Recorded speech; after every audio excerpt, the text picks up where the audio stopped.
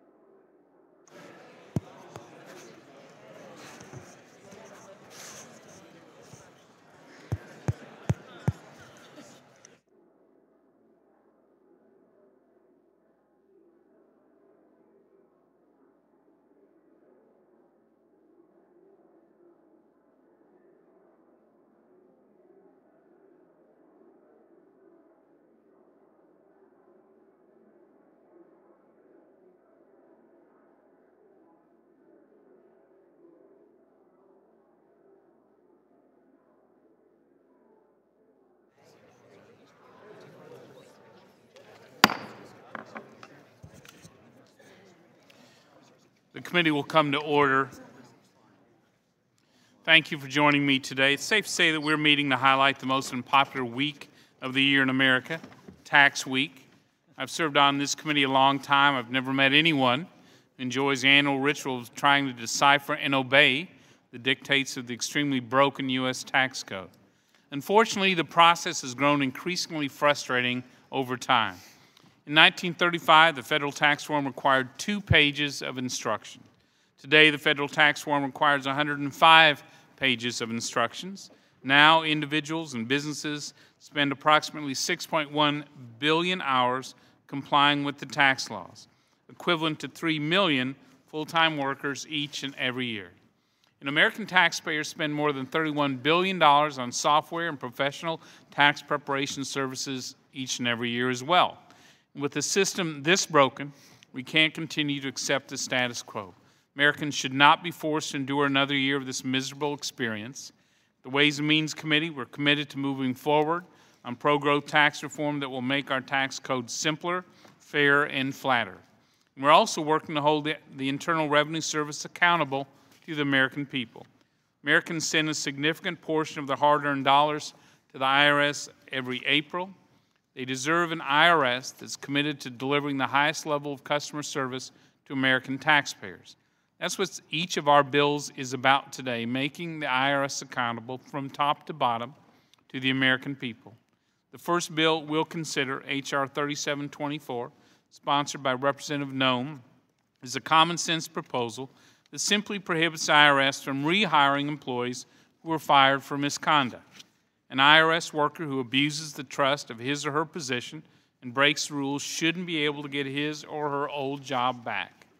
Our second bill, H.R. 4890, sponsored by Representative Mean, makes sure the IRS pays bonuses only when they are actually earned. Earlier this year, the Nonpartisan Government Accountability Office released a report about the absolutely abysmal level of customer service at the IRS. The fact is that few Americans are able to reach the IRS to get their questions answered or the help they need.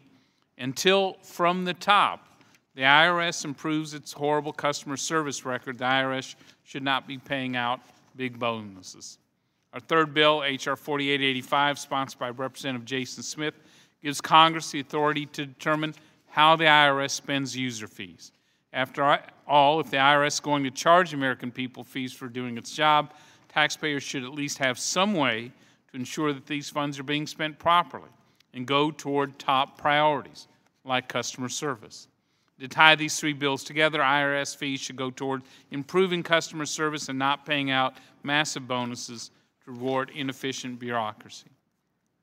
Our final bill, H.R. 1206, is authored by Representative David Rouser of North Carolina. While he's not a member of the committee, his bill epitomizes the level of accountability we're trying to deliver to the IRS.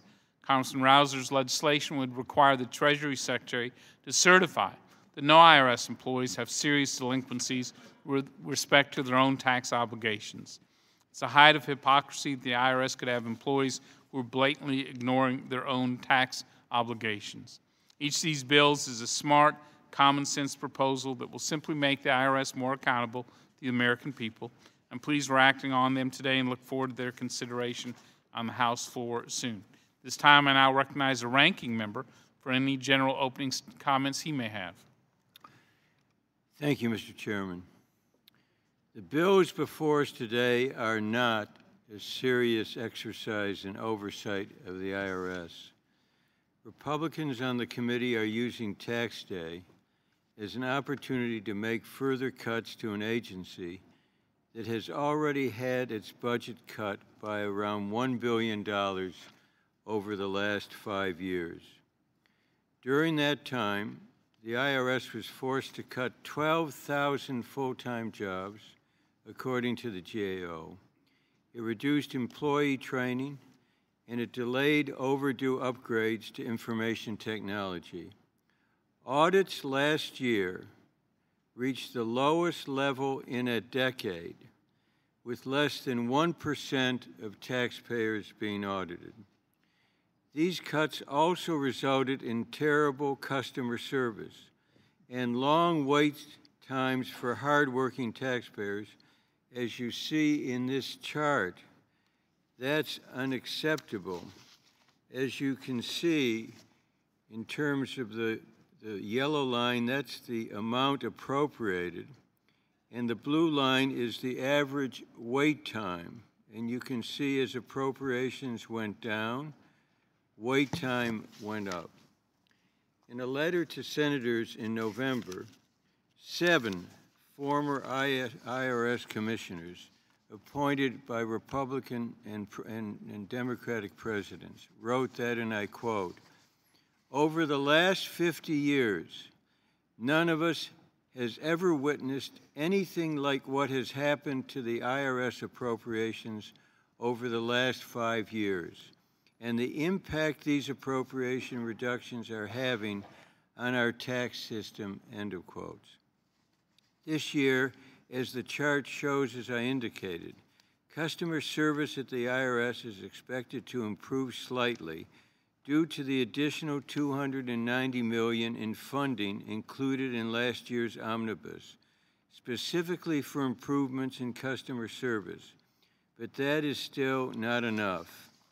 Instead of increasing the IRS's funding to levels needed to strengthen data security, enhance identity theft prevention, increase enforcement, and improve taxpayer services, the Republicans are introducing a bill that essentially cuts the IRS budget by $500 million. Another bill gives the IRS a power that it already has to terminate employees who are delinquent on their taxes, even though employees of the Treasury Department have the lowest rates of tax delinquency in the entire federal government, lower than employees of the House, and significantly lower than the general public.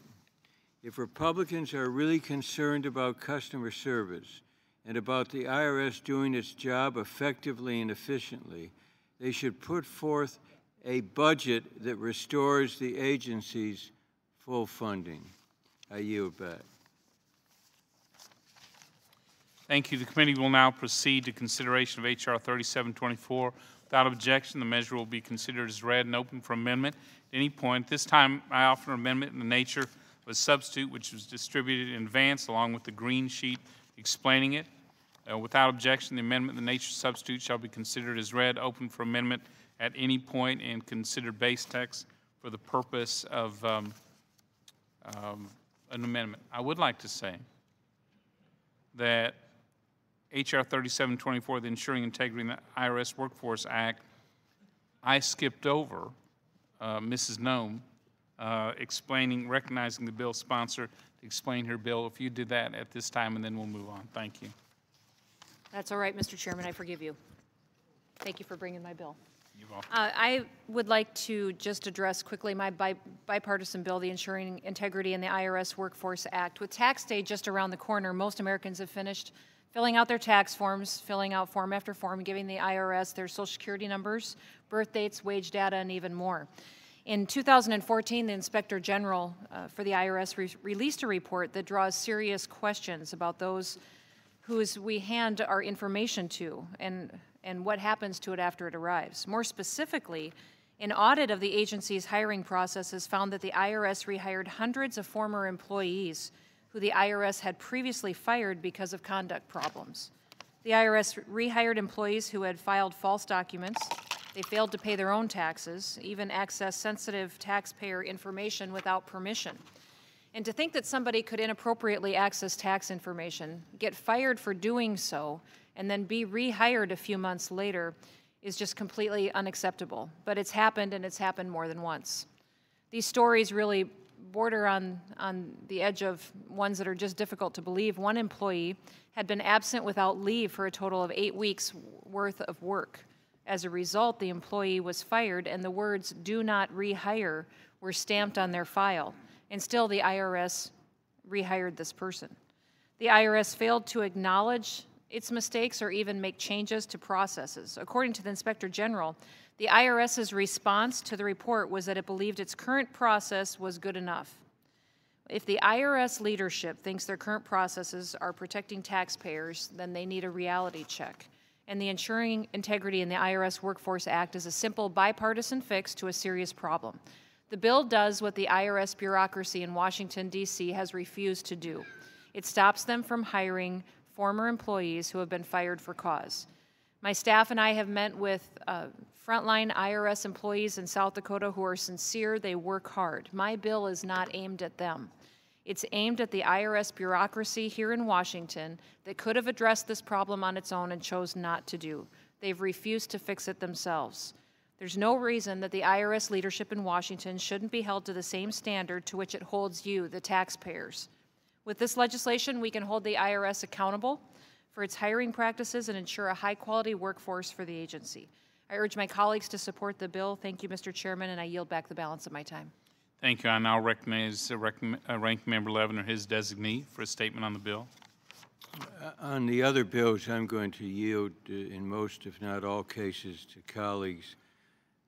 We feel that this bill is part of a package that we do not like in almost every respect, except on this bill, we have no objection, and so I yield back. So now I'll turn to Tom Barthold, the Chief Staff Joint Committee on Taxation, provide a technical description of the amendment and the nature of substitute with an emphasis on changes made since introduction. I'll ask that members hold their questions until after his presentation. Mr. Barthold. Thank you, Chairman Brady and Mr. Levin. The members have before them two joint committee documents, JCX-19 and JCX-20, which describe the underlying legislation and the chairman's amendment in the nature of a substitute. By way of shorthand, the bill itself provides that an employee of the Internal Revenue Service who's been involuntarily separated due to misconduct cannot be reemployed by the Internal Revenue Service. The chairman's amendment in the nature of the substitute is a clerical amendment, providing that the short title is Ensuring Integrity in the IRS Workforce Act of 2016. The legislation would be effective with respect to any employee removed from employment for cause before, on, or after the date of enactment.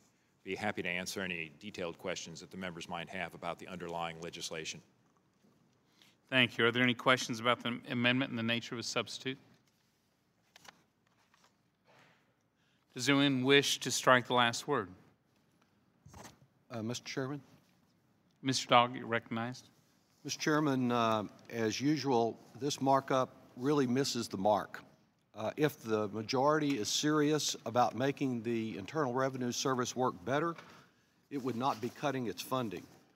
We know that shortening the IRS budget is really short-circuiting the collection of taxes, that for every additional dollar spent on enforcement, we get an estimated $4 in increased revenue. I think what is particularly shocking really about today's hearing and today's set of legislation are not the particulars, but that after all that occurred last week, the focus of the misconduct this week is not where that focus should be. We heard a significant amount about money laundering, about tax dodging, about illegal and legal activity to avoid responsibility for paying for our national security. From the 11.5 million files that were released last week that are called the Panama Papers, detailing how the wealthiest use offshore tax havens to avoid paying their fair share. The Panama Papers show the importance of international cooperation to prevent international lawlessness. So we know that this week, in response to the Panama Papers, the European Union is trying to do something about it. Instead, this committee meets the disclosures in the Panama Papers with inaction. The money laundering that helps organized crime, that helps terrorist networks, that helps those who don't want to pay their fair share is ignored once again by this committee. And in fact, there's discussion in this committee of having not more, but less international cooperation with opposition to the base erosion and profit shifting agreements, modest as they may be, that are designed to encourage multinationals from secreting their income as stateless income. The chairman is absolutely correct that there are people out there today working on getting their taxes filed, families that are struggling to make ends meet, that are going through complicated tax forms, trying to figure out how they'll get their payments and their estimated tax payments made. There's small businesses that are out there feeling that they have a tax burden that they have to solve. They should recognize that there's some people who respond to those difficulties in a little different way. Just hide the money in Panama.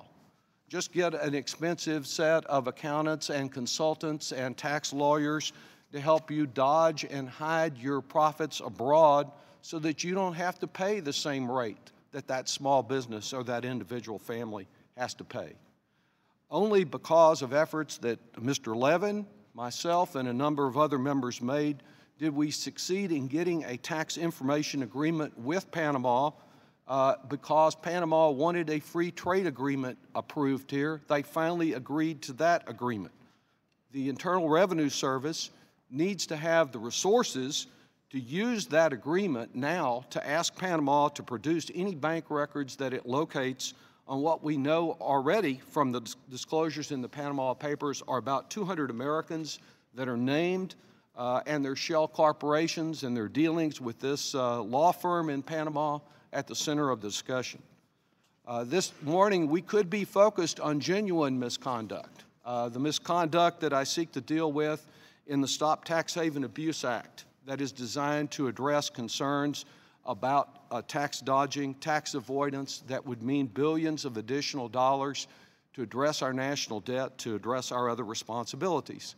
There was another significant development last week that involved misconduct that also this committee is ignoring once again, and that is the inversion crisis. The fact that one corporation after another wants to renounce its American citizenship, keep all the benefits of being American, but not pay the price of our national security. Fortunately, the Treasury finally acted, perhaps incompletely, but at least enough to deal with one of the worst of these inversions. Pfizer, the company that enjoys charging Americans 10 to 12 times as much for prescription drugs as it does its Irish customers, but wants to pay only Irish taxes. There's great progress in seeing that that inversion will not happen now, but there's much more work that needs to be done. What we need is a commitment to address tax fairness and equity instead of the indifference that we see on display once again today. And I yield back. Thank you. Does anyone else wish to strike the last word? On the issue before us about whether the IRS should be able to rehire employees who've been fired for misconduct, are there any amendments to the amendment in the nature of a substitute? If there are no further amendments, questions on the adoption of the amendment in the nature of a substitute. All those in favor signify by saying aye. Aye. Those opposed, no. In the opinion of the chair, the ayes have it. The amendment in the nature of a substitute is agreed to. I will now recognize Mr. Johnson for the purpose of offering a motion. Mr. Chairman, I move that the committee favorably report H.R. 3724 as amended to the House of Representatives. Questions on favorably reporting the bill H.R. 3724 as amended to the House. All those in favor signify by saying aye. Aye. Those opposed signify by saying no. The opinion of the chair, the ayes have it. The motion is agreed to, and H.R. 3724 as amended is ordered favorably reported to the House. Without objection, I ask the staff be authorized to make technical and conforming changes to the bill, and the members have 2 additional days to file with the committee clerk supplemental, additional, dissenting, or minority views. The next order of business is H.R. 4890, a bill introduced by Mr. Meehan to impose a ban on the payment of bonuses to employees of the IRS until the Secretary of the Treasury develops a comprehensive customer service strategy. I now recognize the bill's sponsor, Mr. Meehan, for an opening statement. Thank you, Mr. Chairman. I appreciate your consideration of this bill. And I think the millions of people who are currently struggling to finish their tax returns and get them in by April 15th may also appreciate this, particularly those who, once they run into a problem, reach out to the IRS for some guidance. And in the midst of all of that pressure and tension, what we found was a GAO study that said that the most recent study, that only 38% of the people were even able to get through to get an answer. Of greater concern was the fact that those who did finally get through were waiting 25 and 30 minutes to even get somebody on the line, let alone an answer. So there have been millions and millions of Americans working through their taxes right now, many trying to get through simply to communicate with the IRS. So you drill down a little bit and you say, well, where are the problems here? And we appreciate the budget constraints that the agency has been put under. But I go as a matter of record that during this period of time, what has happened has been, in addition of the $11 billion appropriated by Congress and the money that the IRS takes in user fees that they can allocate as they see fit, they allocated $183 million to it in 2014 for its customer service budget. But in 2015, just $49 million, a 76% cut. So at a time when we begin to see that there are greater demands than ever, this agency cuts the budget for that purpose by 46%. And then you look and you say, well, why is this? Well, we certainly want to see that there is appropriate oversight of the many responsibilities, but because they did not receive funding, this funding, additional funding, was used to implement the Affordable Care Act. To implement the Affordable Care Act and FACTA, the IRS allocated about $133 million in user fees from taxpayer services to its operations support account, primarily to complete required systems programming. So once again, we see that what's happening is these are deliberate efforts on the part of the IRS to channel money away from this customer service. So this isn't us in Congress saying something needs to be done with it. This is the GAO itself that comes up with a report. And what the GAO said after looking at this issue was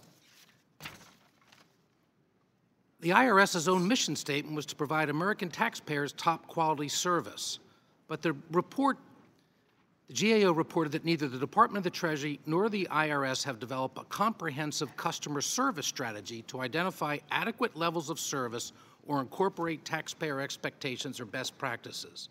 And GAO said that without a customer service strategy, the IRS can neither measure nor effectively communicate to Congress the types and levels of customer service taxpayers should expect and the resources needed to reach those levels.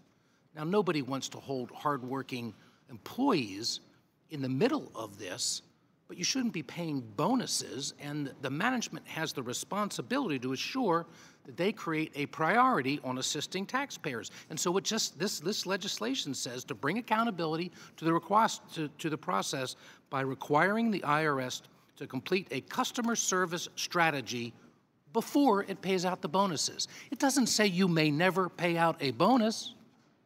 It simply says do your job first and identify who comes first, those people who are the taxpayers, and develop a strategy to service them as was required by the GAO report. We're fulfilling what has been asked by the GAO and more specifically by the taxpayers. I think this is common sense legislation, Mr. Chairman, and I urge my colleagues on both sides of the aisle to support it on behalf of those frustrated taxpayers right now who are sitting at home waiting to get their answer to a phone call, and only 38% are getting through. Thank you, Mr. Chairman. Thank you, Mr. Levin. You or your designee are now recognized for an opening statement on this bill. I yield happily to Mr. Pasquale.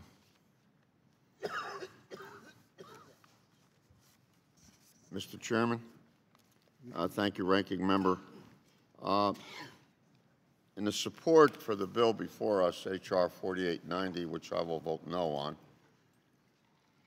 my friends claim to be concerned, and I believe their concern is sincere, the IRS's customer service. The bill would prohibit any bonuses to IRS employees until the agency comes up with a customer service strategy approved by the Inspector General in the Treasury Department, as I understand it. Customer service is crucially important as the IRS serves taxpayers. But if you are truly concerned about customer service, then you have to fully fund the agency. Your budgets have consistently starved the IRS of the resources they need to do their job. And true to form, this bill expressly forbids any additional appropriations to carry out the mandate. The reality is that the IRS customer service didn't decline because of lazy workers. It declined during last year's filing season due to significant budget cuts. This year, there's an extra $290 million in funding for improved customer service. The IRS rebounded to about average, which is still a disservice to many Americans that do need the help. Approximately $1 billion has been cut from the IRS budget in the last 5 years. $1 billion. All of the cuts have forced the IRS to reduce its workforce, cut back on training and technology upgrades. These steps have weakened the ability to enforce our nation's tax laws and serve taxpayers effectively, to the point that some presidential candidates are talking about a tax system where we could just do away with the IRS. The National Taxpayer Advocate, the Treasury Inspector General for Tax Administration, the IRS Oversight Board, and the Government Accountability Office have all affirmed that this is the case.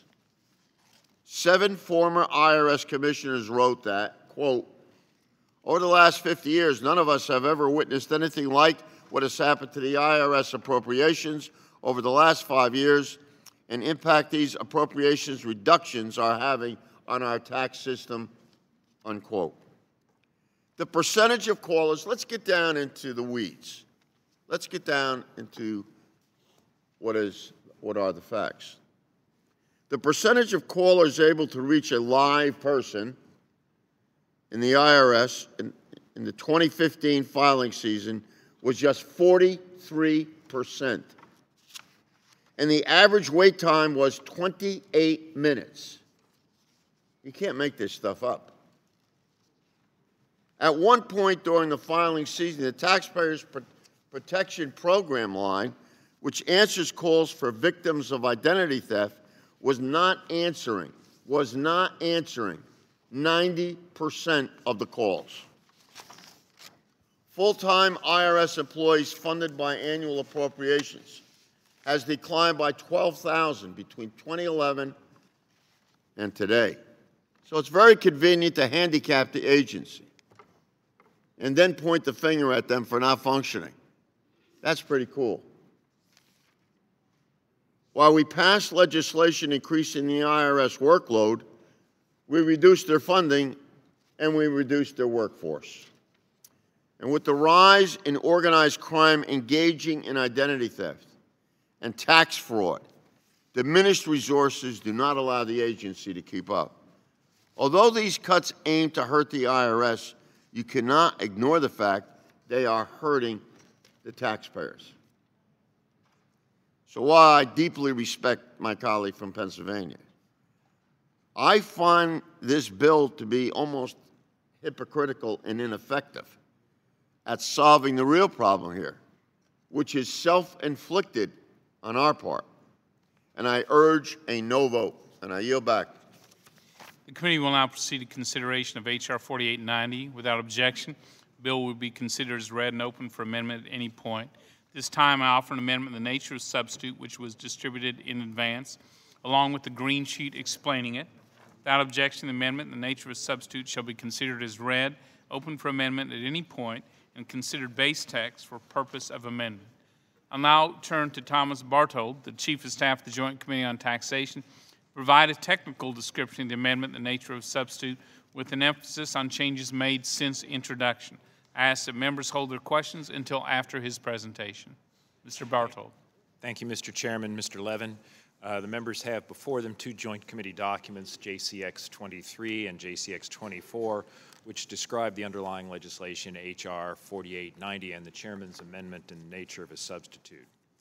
In short, the bill requests that the Secretary of the Treasury or his delegate develop a comprehensive strategy for customer service and submit that plan to Congress to have it reviewed and approved by the Treasury's Inspector General for Tax Administration. The plan should include long-run features, and the bill provides that until such plan is submitted, the bill would bar payment of any bonus or award to any employee of the Internal Revenue Service. Also, during the development of this long-term plan, the Secretary or his delegate is required to submit a semi-annual report on the progress to develop such a plan. The proposal would be effective on the date of enactment. Happy to answer any detailed questions that the members might have about this legislation. Mr. Chairman. Yes, are there any questions for Mr. Bartold? Yes, Mr. Chairman. Let's, yes, Mr. Thompson's recommended. Thank you, Mr. Chairman. Is it the practice of the IG to approve or recommend customer service plans? Is that something that they do? This would be a new requirement for the Treasury Inspector General. It would be a new requirement. Is there anything in the bill that prescribes how they would do that? Or is there funding made available to the IG to do that in this bill? There's no special appropriation for any part of the legislation, Mr. Thompson. So it's a new program, no funds and no direction. What would happen if this were to become law and the IG recommended a program that the IRS or any other agency that was subject to this couldn't accomplish? We've already heard a number of concerns expressed that funding has already been cut, tremendous funding cuts to the IRS. And if another agency comes in this case the IG, recommends a new customer service strategy that is more expensive, requires more personnel. Will the gentleman yield for 1 second? How could they do that? Sure. I just want to make a factual point. We keep saying cut. I mean, this is the fact. The IRS received the same appropriation for taxpayer services accounts in 2015 as it had in 2014. However, because it didn't get any extra money for the Affordable Care Act, it repurposed $133 million from its own internals to do the Affordable Care Act instead of doing taxpayer services. My point is, what I'm trying to get at is, how can we charge an agency, in this case the IG, to come up with a service plan? They're going to be expected to pay for it. They're going to be expected to hire people to implement it, and they don't have the authority to do that. The IRS, they'd have to make internal cuts, internal shifts, distribute time and money. Does the gentleman, does the author of the bill, my friend from Pennsylvania, can you answer that? Does the gentleman yield? Yeah, I yield to him. The question is, are we asking the IRS to do the job that they're to do, which is to be responsive? No, we're asking the IG, your bill requires that the IG develop this plan, and then... no, it asks the IRS to develop the plan. But they would have to... The IG would simply have to oversee the implementation and say this is a sufficient plan. That is consistent with the work that they would do on a customary basis. And I don't suspect if an adequate plan is put forward that that's any great burden on an oversight agency, an oversight arm within an agency. We're not asking them to implement something. We're simply asking them to say that's an adequate plan. They would be required to either develop it or approve it, depending on whose interpretation we're using. But the IRS fact still remains that it's going to require some changes, some costs, some personnel, and I don't understand where that is in the bill and how that how this bill would allow that to happen. If I may back my time. interject at this point, these questions directed to Mr. Bartold about the technical changes as we get into debate on the amendment, and these would be appropriate discussions. Mr. Blumenauer, you're recognized. Mr. Bartold, my friend from Pennsylvania mentioned that he was concerned that the IRS allocated some money to implement the Affordable Care Act. Can you help us clarify? The Affordable Care Act has provisions that require the use of the tax code for compliance and payment, does it not? That's correct. There are a number of tax provisions as part of the Affordable Care Act, Mr. Blumenauer. And it has potential consequences since the Affordable Care Act uses the concept that was advanced by my Republican friends as an alternative to Hillary Care, a mandate that everybody has it. People have tax consequences as a result of this in terms of their compliance. Is it not the case? That's correct, Mr. Blumenauer. Does the IRS have any latitude to not implement what Congress has passed as part of the IRS or any, the Affordable Care Act or any other tax provision? Can they just willy-nilly decide that they're not going to implement them? Well, the administration always has to make choices within its budget as to how much they devote different resources, but the Congress passes laws and they expect the administration to enforce the laws. And IRS is the arm of the administration? That includes the Internal Revenue Service, sir, yes. Okay. So is there anything unusual about the tax agency using resources to be able to comply with what Congress passes? Well, Mr. Blumenauer, I really can't comment on the choices that the Internal Revenue Service makes in terms of the many different tasks. I'm not asking you to talk about the trade-off. The point that I had made before is that with the many tasks, they do have to make choices as to how much resources to devote to different tasks. But they don't have a choice as to whether or not to implement the law. The law remains the law. And failure to effectively implement the law would have had significant consequences for millions of American taxpayers, wouldn't it? Well, depending which parts of the law that they wouldn't act on, it could be millions. Again, that's the choice of how they allocate resources, Mr. Blumenauer. But there were millions of American taxpayers who are affected by the tax provisions of the Affordable Care Act. That's quite clear, Mr. Blumenauer, yes. Thank you, Mr. Chairman. I just wanted to clarify that using that money it appears to be part of what the IRS is supposed to do. Thank you for your courtesy. Welcome. Any other questions? Mr. O'Nacy? No? Yes, Dr. McDermott?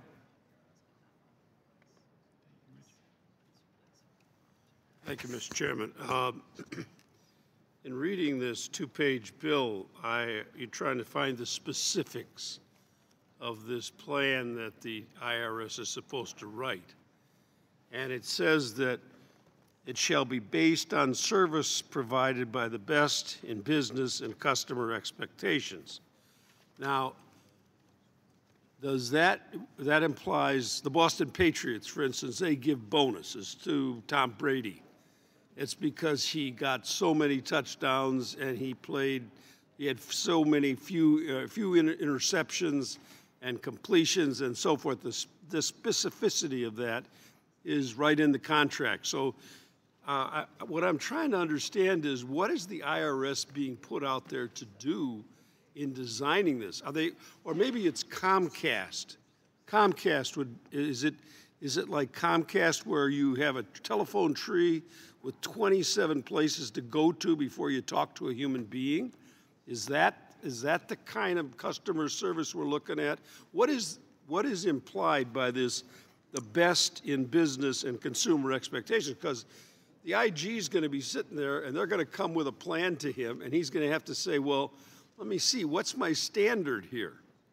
So I'm trying to figure out the standard for what the best business practices would be. How would you interpret that, or what do you think this language means?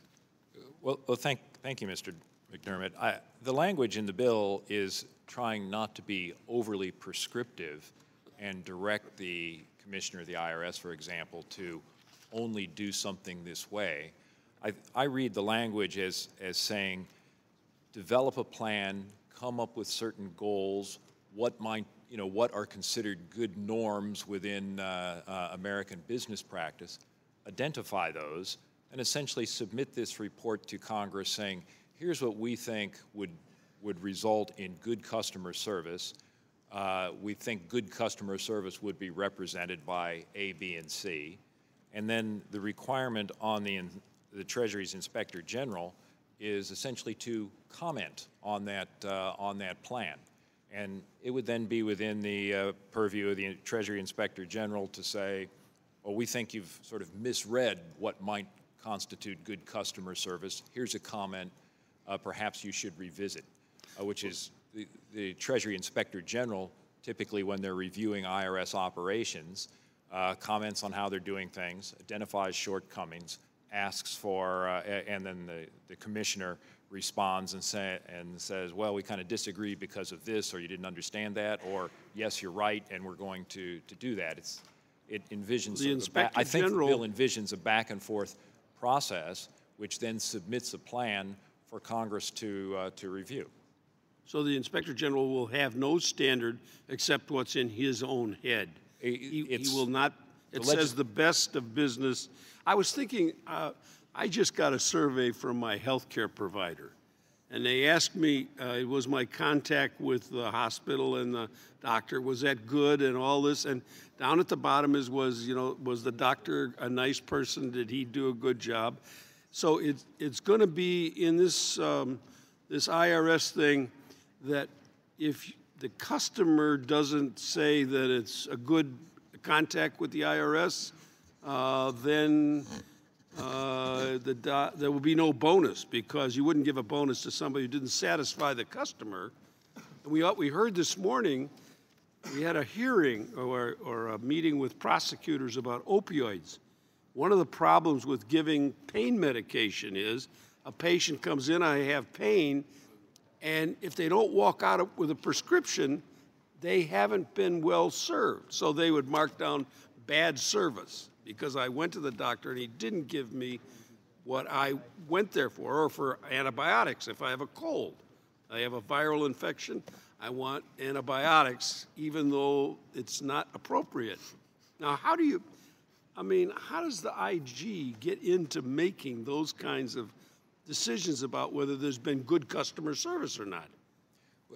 Well, Mr. McDermott, again, just reemphasize, the bill's not trying to be prescriptive as to what this legislation thinks is good customer service.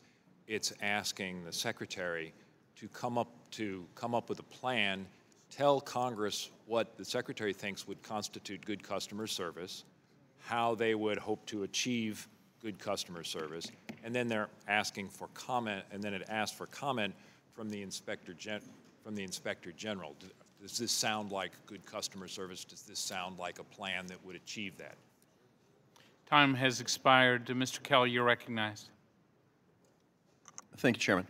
I was going to make more, Chairman, not a comment on this, but afterwards. Would you like to speak? Strike the last word during debate. Yes. Great, perfect, thank you. Mr. Pascrell, you're recognized.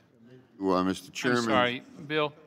Okay, and then we'll come back to here. Thank you, Bill. You're recognized. Thank you. Mr. Chairman, I have a question at the end of this, but I want to enter into the record the testimony of John Koskinen, who's the commissioner of the IRS.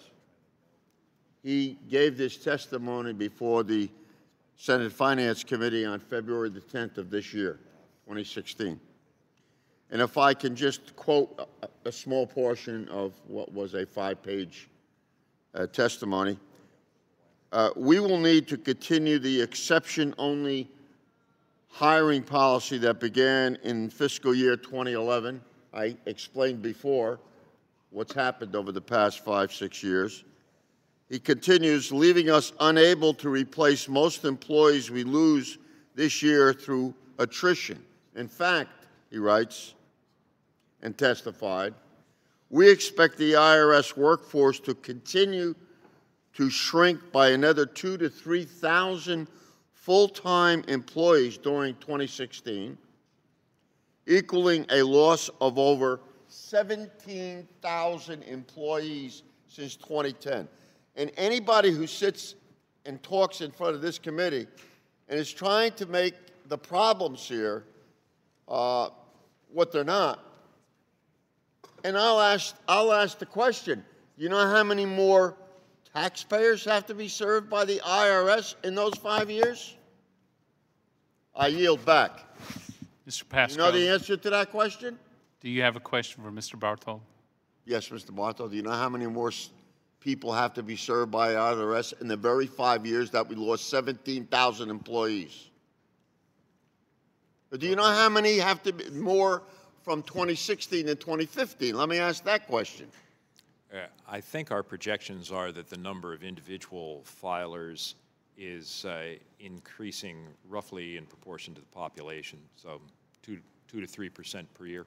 We're talking about 10 million new filers. Well, that would be a couple million, potentially a couple million new filers. And that's what we're facing, and yet we got 17,000 less people to service them. How many courts are you going to squeeze into this pint bottle of yours? It doesn't make sense. As Bill Clinton would say, it's arithmetic, and it doesn't add up, period. I yield back. Thank you. Mr. Becerra, do you have a question for Mr. Bartol? Thank you, Mr. Chairman. Mr. Bartol, thank you very much. Are you familiar with the taxing systems and compliance systems of countries around the world, and certainly those that would be comparable to us in terms of their economic capacity and development? So we get a sense of context here, because it's always fair game to attack the IRS. There are very few people in this country who would probably applaud the work of the IRS, but sometimes it's important to remember the men and women who work at the IRS do very important work. Without them, we wouldn't be able to fund our education programs, our health programs, certainly our national defense. Our troops rely on taxpayers paying their fair share. Do you have a sense of how we compare to other tax compliance and collection systems around the world?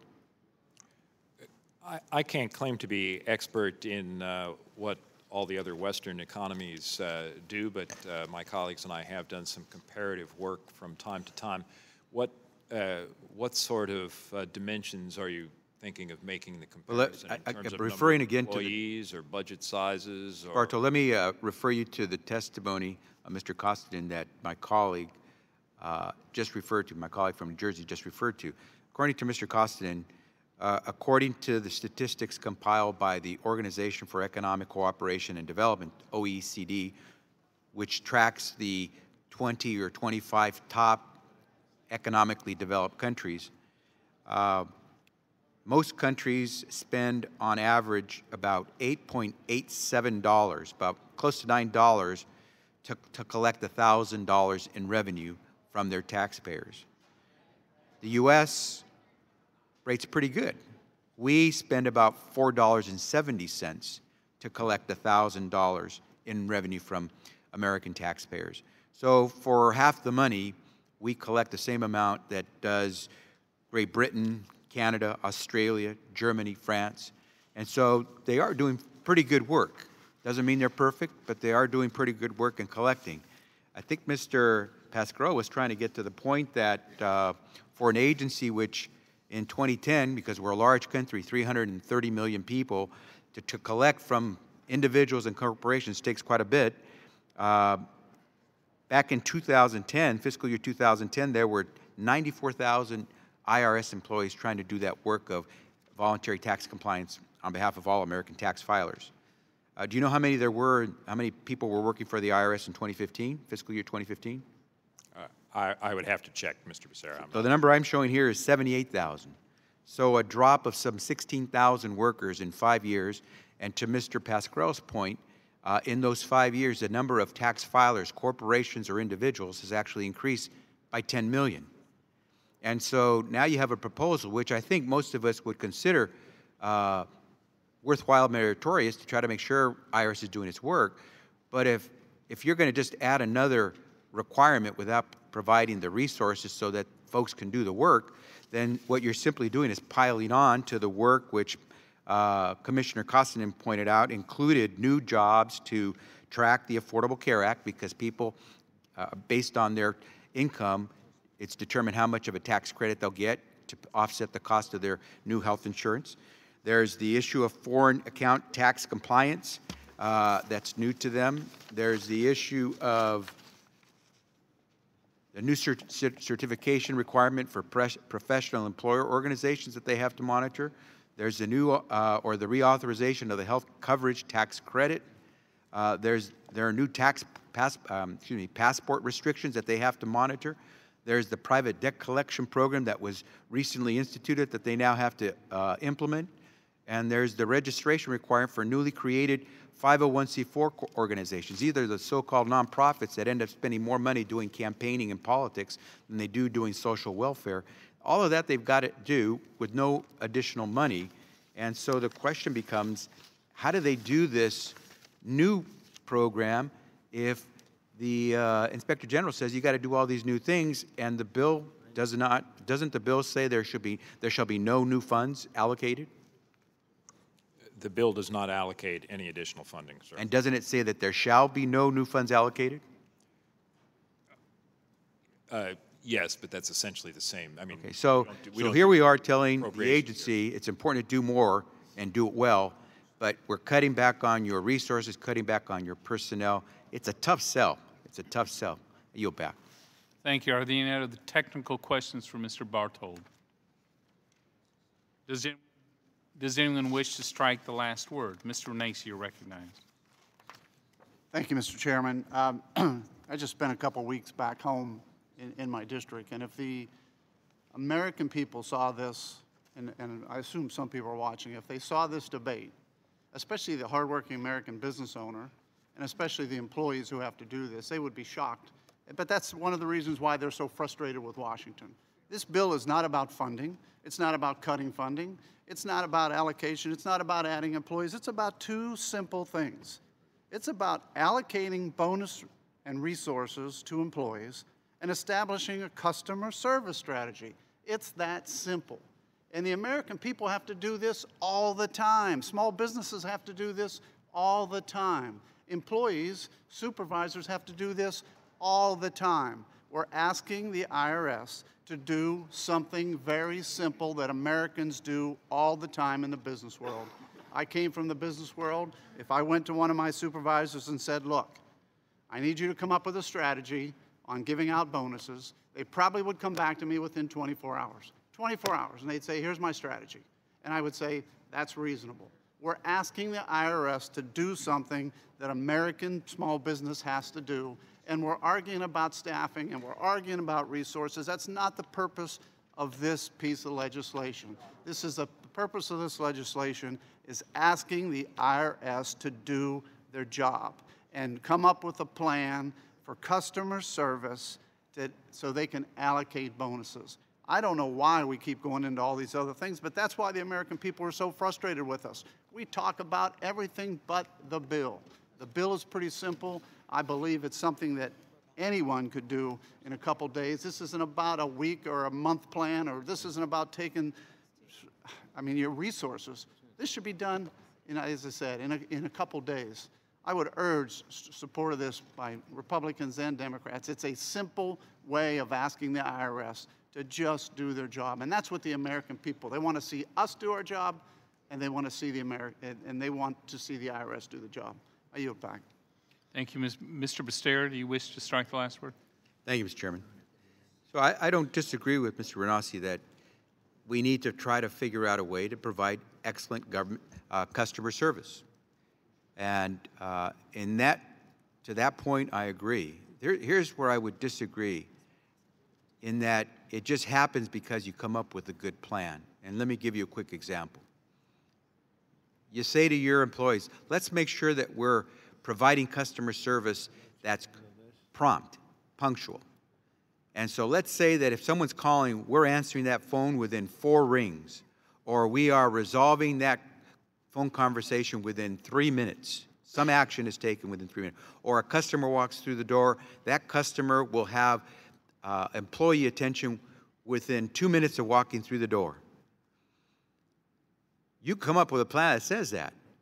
But if your customer base is growing and you stay with the same number of employees, you're now going to be asking those employees to figure out how to answer the phones or approach that customer who walks through the door with a shrinking number of employees contrasted with a growing number of customers. I guarantee you a lot of Americans would prefer not to be customers of the IRS, but we have a system where we volunteer to pay our taxes.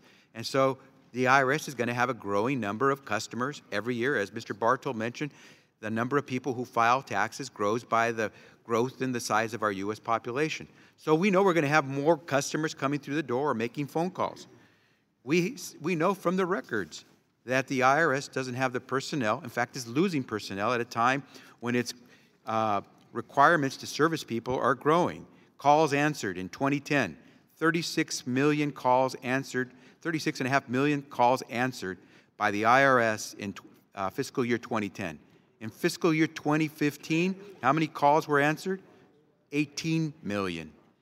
They answered 18 fewer phone calls. What was the expected or implicit demand of calls that they could have answered? About another 29 million calls, close to 30 million more calls were expected that would have come in and could have been answered, but for the fact that they could not address the load. And so you're never going to have good customer service if your customer base keeps growing and you keep shrinking the employee base you have to service them. That's the question. Let's just be realistic. Not everybody is Superman and Superwoman. And I don't think that you should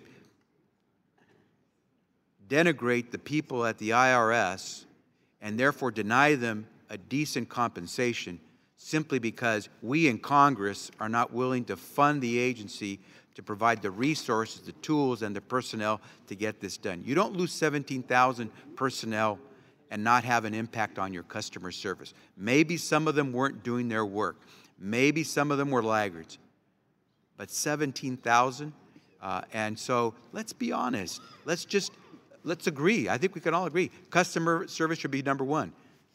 But let's not just tell folks do it and not give them the tools to get it done. That's the only difference. And tools don't come free, and we should acknowledge that. And if we go there, I think we can agree. Let's push to make sure there's quality customer service in any agency, not just the IRS. With that, I would urge members to vote against this, although I understand the intent, but without putting the real tools in place, you don't get it done. I would urge my colleagues to vote against this. I yield back. Mr. Roscom, you're recognized.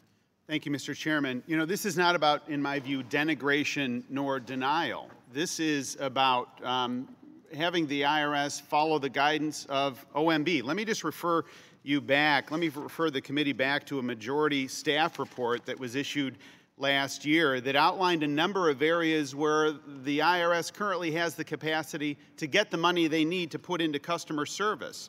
We had a lot of attention to this. The IRS hasn't picked up on this prompt, but bonuses, $60 million. Union time, $23 million. Outside law firms, $2 million. User fee cuts and displaced to other areas, $134 million. That report demonstrated that the IRS, under current law, has the capacity to pick up and answer an additional 26 million calls. So when Mr. Meehan takes an initiative and said, look, this is fairly straightforward. The IRS should have an obligation, based on this bill, to come up with a plan and prohibit bonuses until that plan is in place. And look, this is not an outlier concept. This was a bipartisan idea. Remember former Commissioner Werfel? Former Commissioner Werfel, when all the controversy began, he said, we're not going to pay anybody any bonuses. That decision was overruled by our current commissioner. It was the OMB that said you ought not to be giving out bonuses. Listen to a couple paragraphs out of the majority staff report. Despite budget cuts and revelations of misconduct, the IRS continues to give its employees billions of dollars in performance bonuses. This is in direct violation of guidance from the Office of Management and Budget.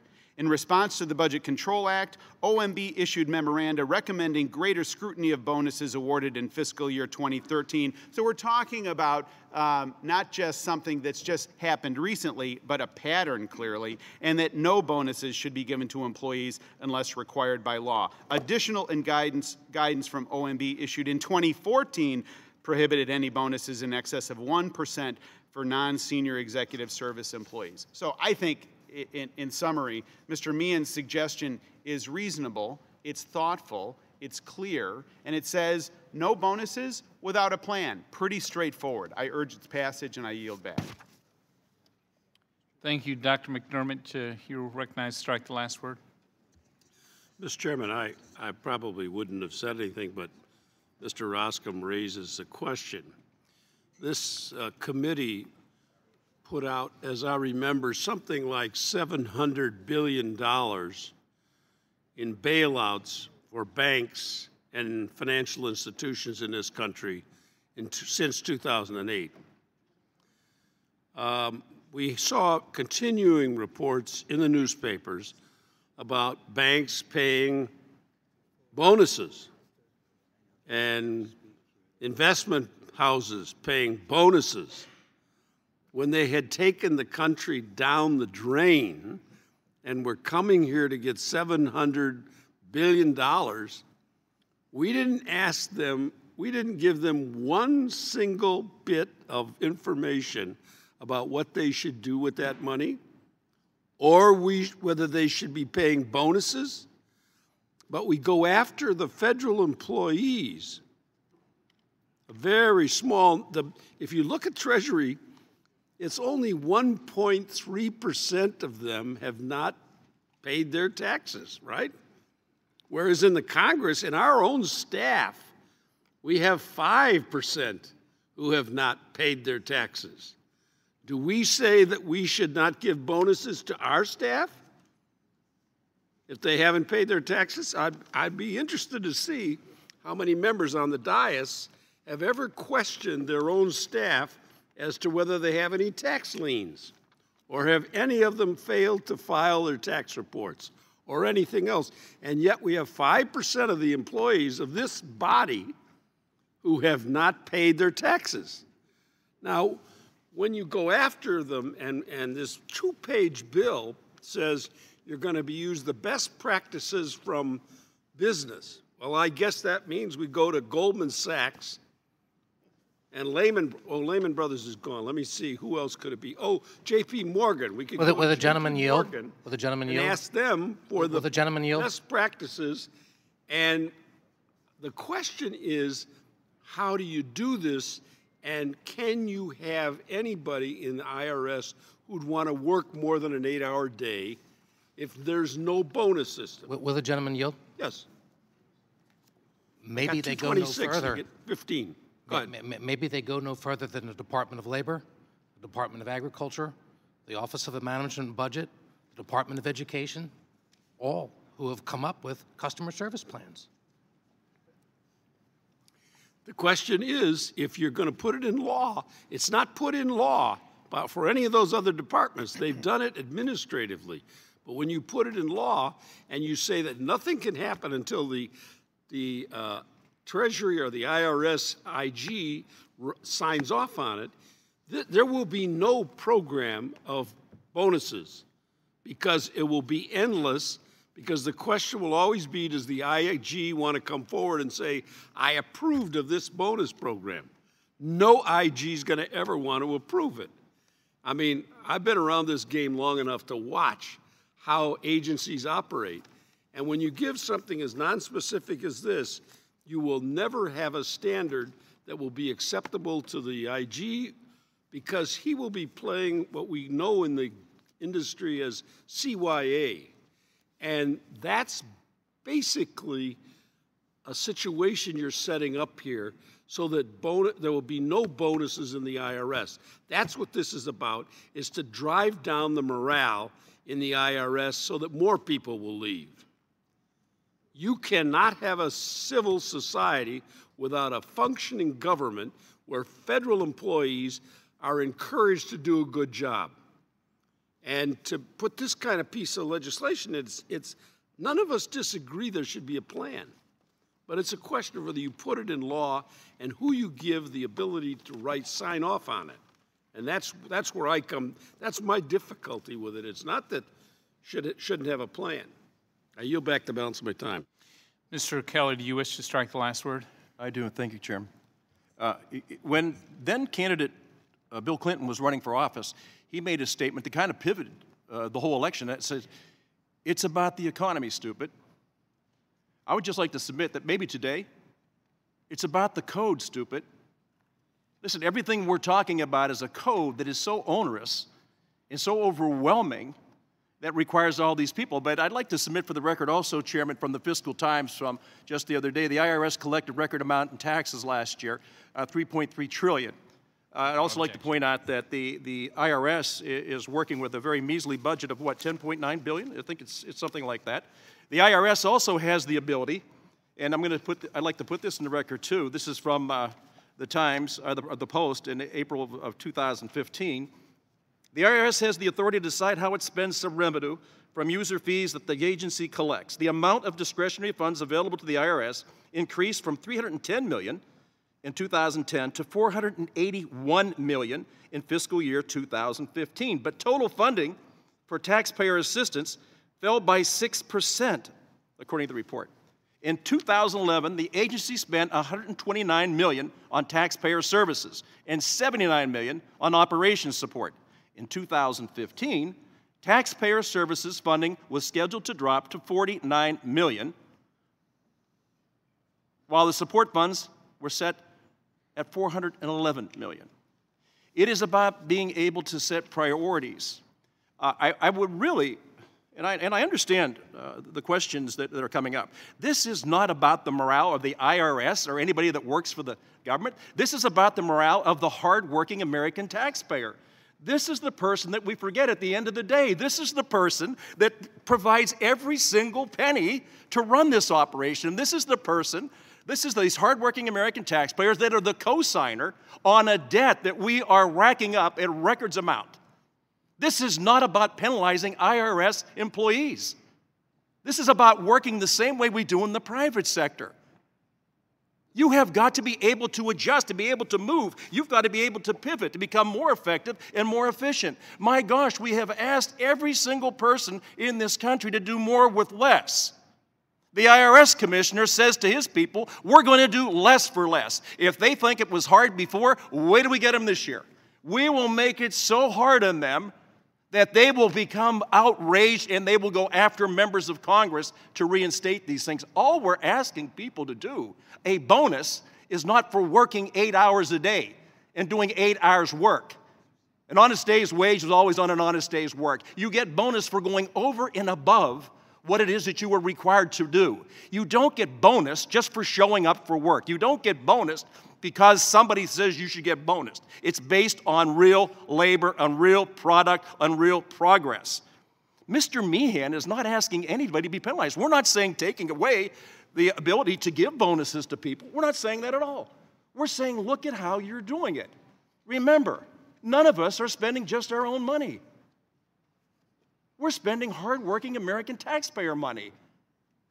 It's not about Republicans versus Democrats.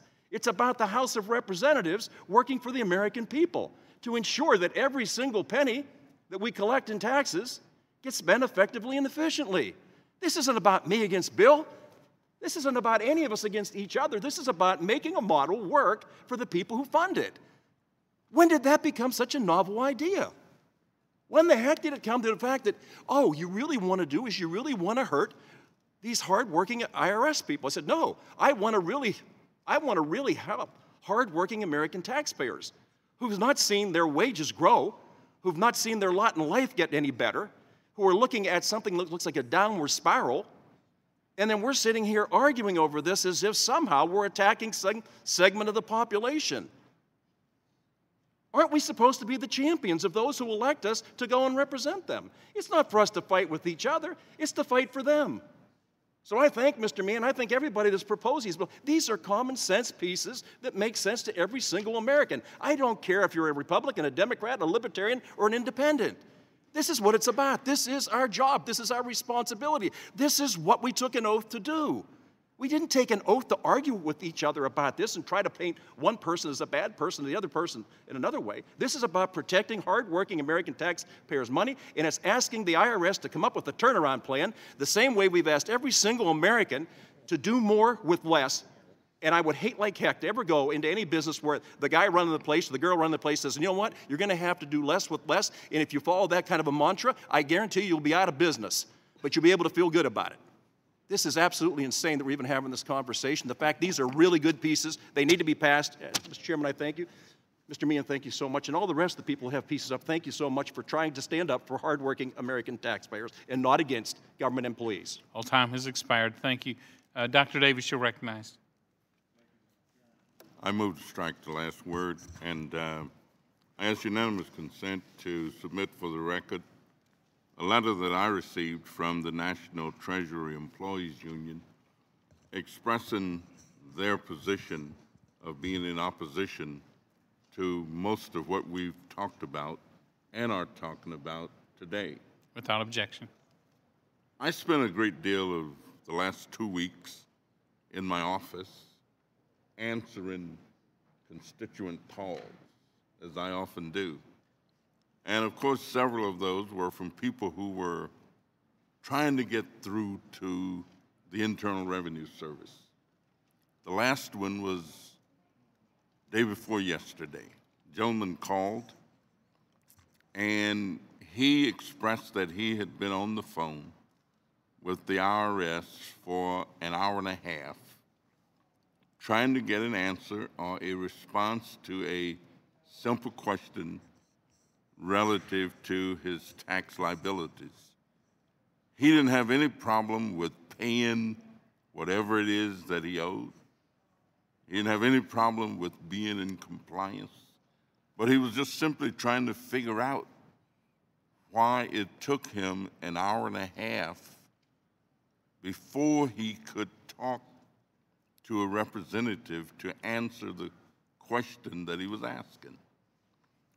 After I explained to him the tremendous cuts that had occurred, the number of people who had been let go from the Internal Revenue Service, he said to me, you know, I understand that you cannot get blood from a turnip.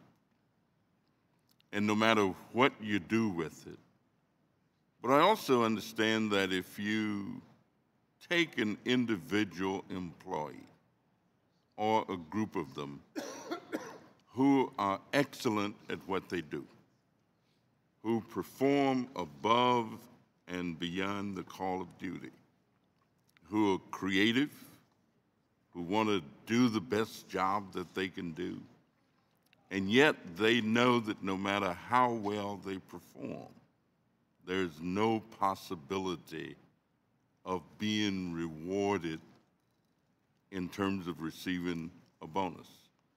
I think that does have something to do with the morale of employees, that individuals go to work recognizing what is expected of them, but when they give their best, and I understand the call for a comprehensive plan that really works, but if you're part of a pool of 150,000 people and you're doing the best that you can, you would also like to be rewarded.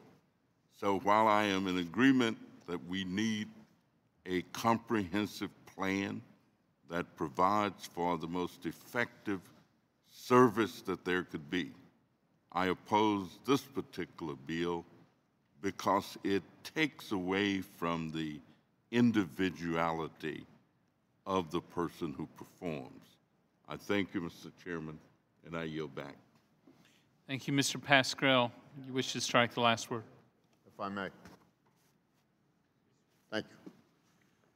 I can't let my friend Mr. Kelly's remarks go without responding to them. I almost look at Kelly as my brother, but I got to respond to that.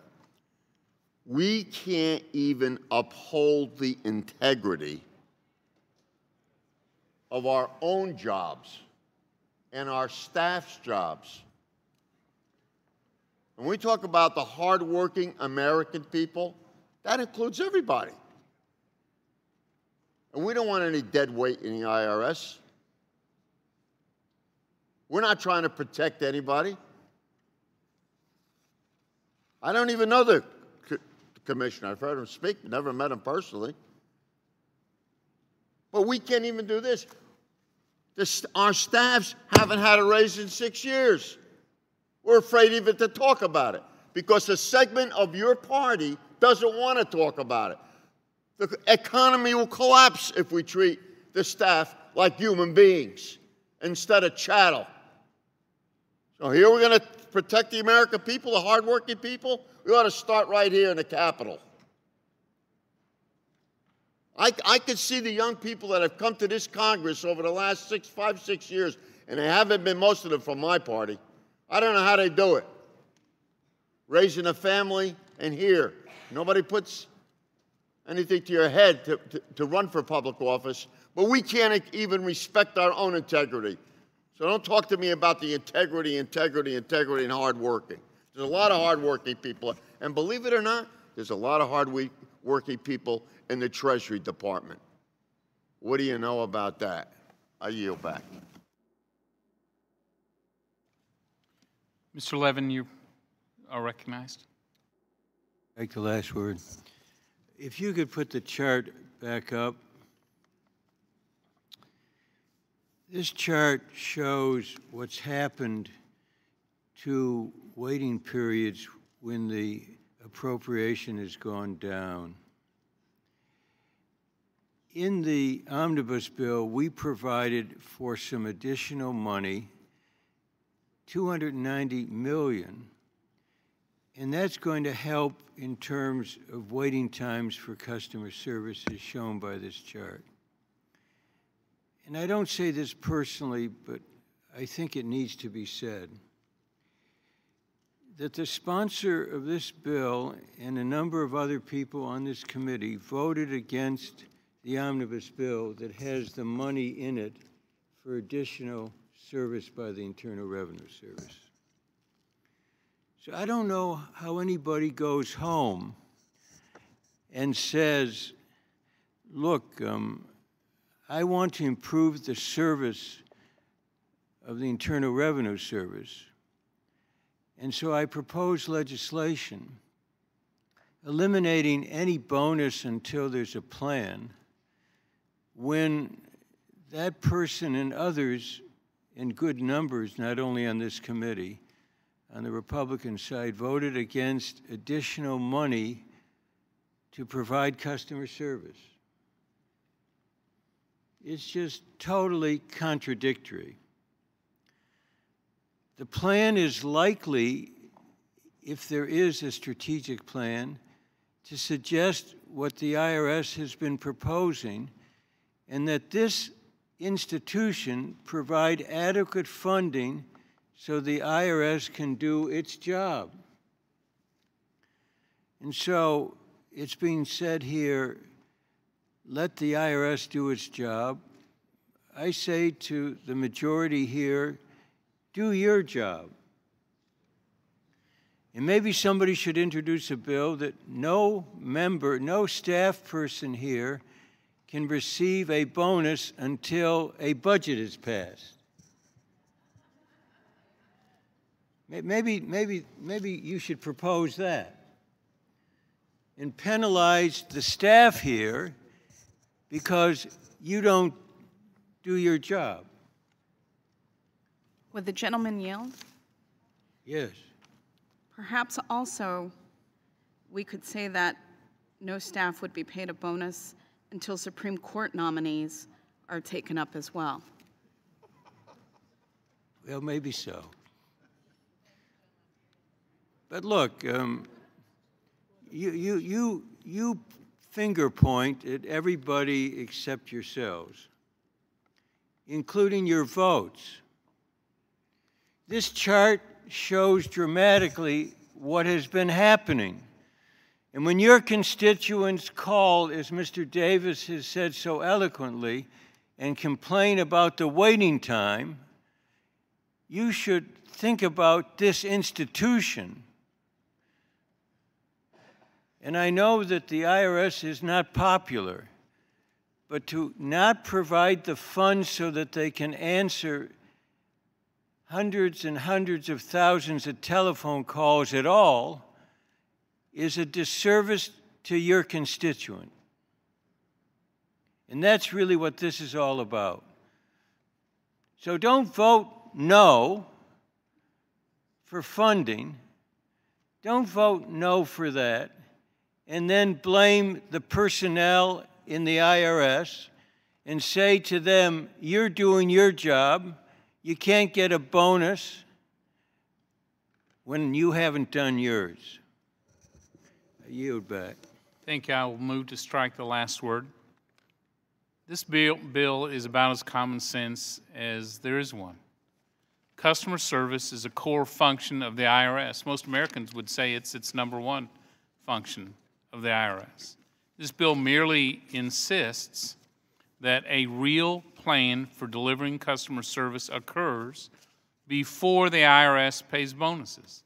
Now, we could, as other agencies have, by the way, a detailed customer service plan. Now, we could just pass a bill that says you should have a plan, but we know what the IRS would do. They would get around to it when they felt ready to get around to it. But customer service is its number one function.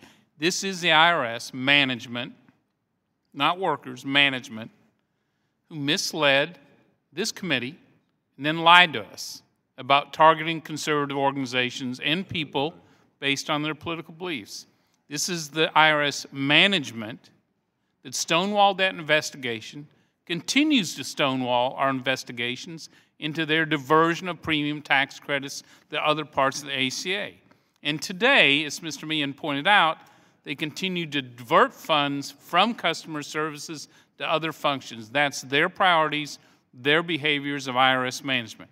So today, this is simply our committee saying clearly to the IRS, Republican or Democrat, you will have a real customer service plan for the American taxpayers who pay your salaries, or if you don't, there will be consequences. And for a Congress that too often acts without holding agencies accountable, I think this is exactly the right thing to do, regardless of what party you're in.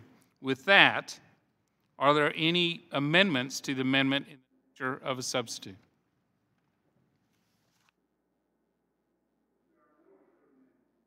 If there are no further amendments, questions on the adoption of the amendment in the nature of a substitute.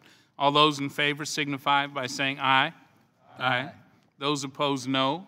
No. In the opinion of the chair, the ayes have it. The amendment in the nature of a substitute is agreed to. I'll now recognize Mr. Johnson for the purpose of offering a motion.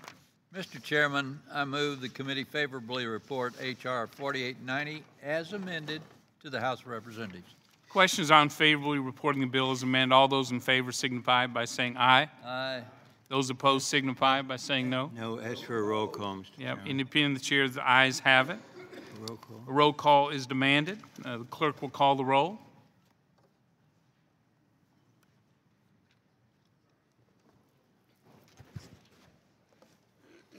Mr. Johnson? Aye. Mr. Johnson, aye. Mr. Nunes? Mr. Nunes, aye. Mr. Teaberry? Mr. Teaberry, yes. Mr. Reichert? Mr. Reichert, aye. Dr. Bustani? Dr. Bustani, aye. Mr. Roscom? Mr. Roscom, aye. Dr. Price? Dr. Price, aye. Mr. Buchanan? Mr. Buchanan, aye. Mr. Smith of Nebraska? Aye. Mr. Smith, aye. Ms. Jenkins? Mr. Paulson? Aye. Mr. Paulson, aye. Mr. Marchant? Mr. Marchant, aye. Ms. Black? Ms. Black, aye. Mr. Reed? Mr. Reed, aye. Mr. Young? Mr. Young, aye. Mr. Kelly? Mr. Kelly, aye. Mr. Renacci? Mr. Renacci, aye. Mr. Meehan? Mr. Meehan, aye. Ms. Nome? Ms. Nome, aye. Mr. Holding? Mr. Holding, aye. Mr. Smith of Missouri? Mr. Smith, aye. Mr. Dold? Mr. Dold, aye. Mr. Rice? Mr. Rice, aye. Mr. Levin? Mr. Levin, no. Mr. Rangel? Mr. Rangel, no. Dr. McDermott? Dr. McDermott, no. Mr. Lewis? Mr. Lewis, no. Mr. Neal? Mr. Neal, no. Mr. Becerra? Mr. Becerra, no. Mr. Doggett? Mr. Doggett, no. Mr. Thompson? Mr. Thompson, no. Mr. Larson? Mr. Larson, no. Mr. Blumenauer? Mr. Blumenauer, no. Mr. Kind? Mr. Kind, no. Mr. Pascrell? No. Mr. Pascrell, no. Mr. Crowley? No. Mr. Crowley, no. Mr. Davis? No. Mr. Davis, no. Ms. Sanchez? No. Ms. Sanchez, no. Ms. Jenkins? Ms. Jenkins, aye. Chairman Brady? Aye. Chairman Brady, aye.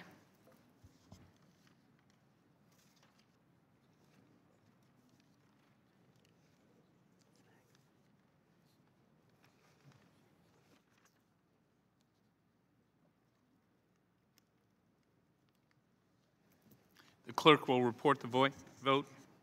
24 yeas, 15 nays. On this vote, the ayes are 24 and the noes are 15. The motion is agreed to. H.R. 4890 is amended as ordered favorably reported to the House of Representatives. Without objection, I ask staff be authorized to make technical and conforming changes to the bill. The members have two additional days to file with the committee clerk supplemental, additional dissenting, or minority views. Our next order of business is H.R. 4885, the IRS Oversight while Eliminating Spending Act of 2016. This time, I'd like to recognize the bill's sponsor, Mr. Smith, Missouri, for an opening statement. Mr. Chairman, thank you for bringing the bill up today. I also want to thank Chairman Roscom for his leadership on the Oversight Committee. As I've said today during this hearing, I'm reminded of a quote from a Democrat congressman from the state of Missouri.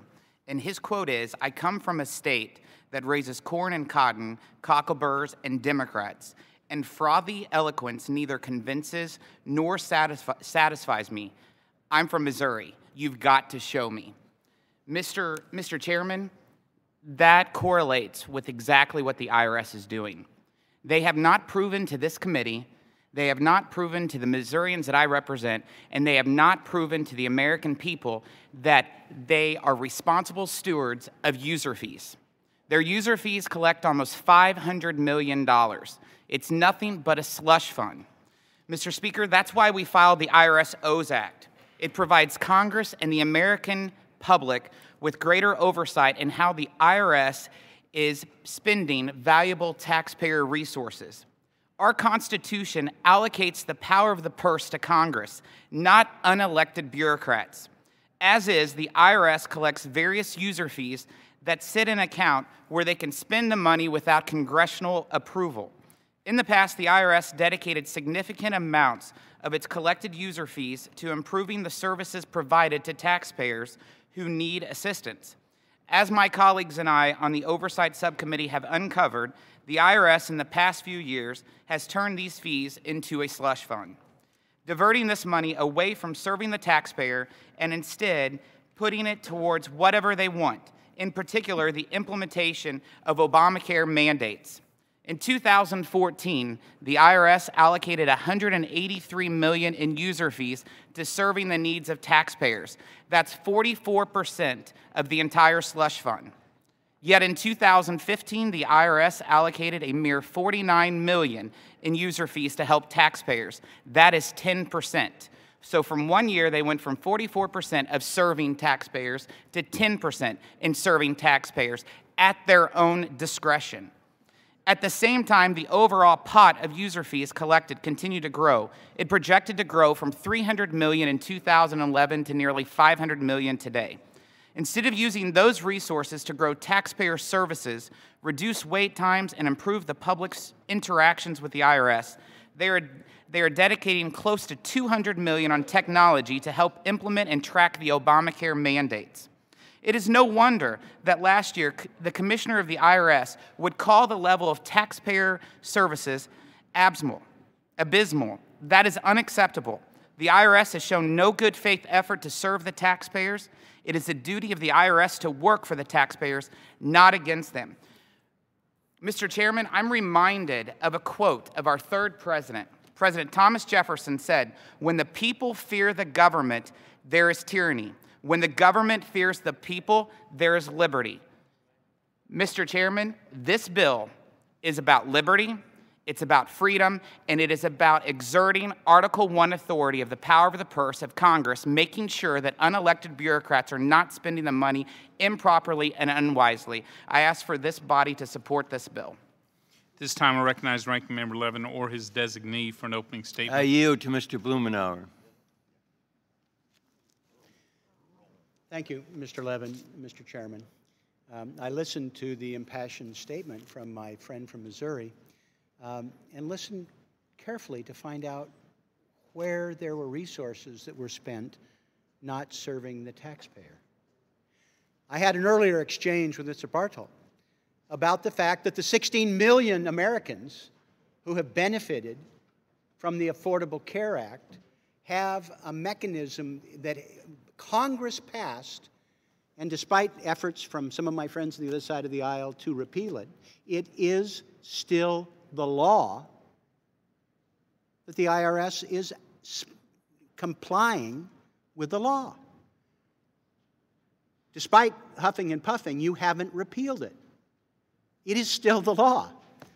And as indicated in my questions with Mr. Bartelt, failure to implement the law as smoothly as possible has consequences for 16 million Americans, including tens of thousands of Americans in each and every one of your districts. Congress has the power of the purse. You have seized the power of the purse, as has been amply demonstrated with a variety of the charts here since you assumed control in 2011. You've dramatically reduced the budget of the IRS. There are 17% fewer people. There's 12,000 fewer employees dedicated to enforcement. You've seized it. I'm sad to say, I think you've made the job of the tens of thousands of people who are still there. I think there are 87,000 still there. You made it harder.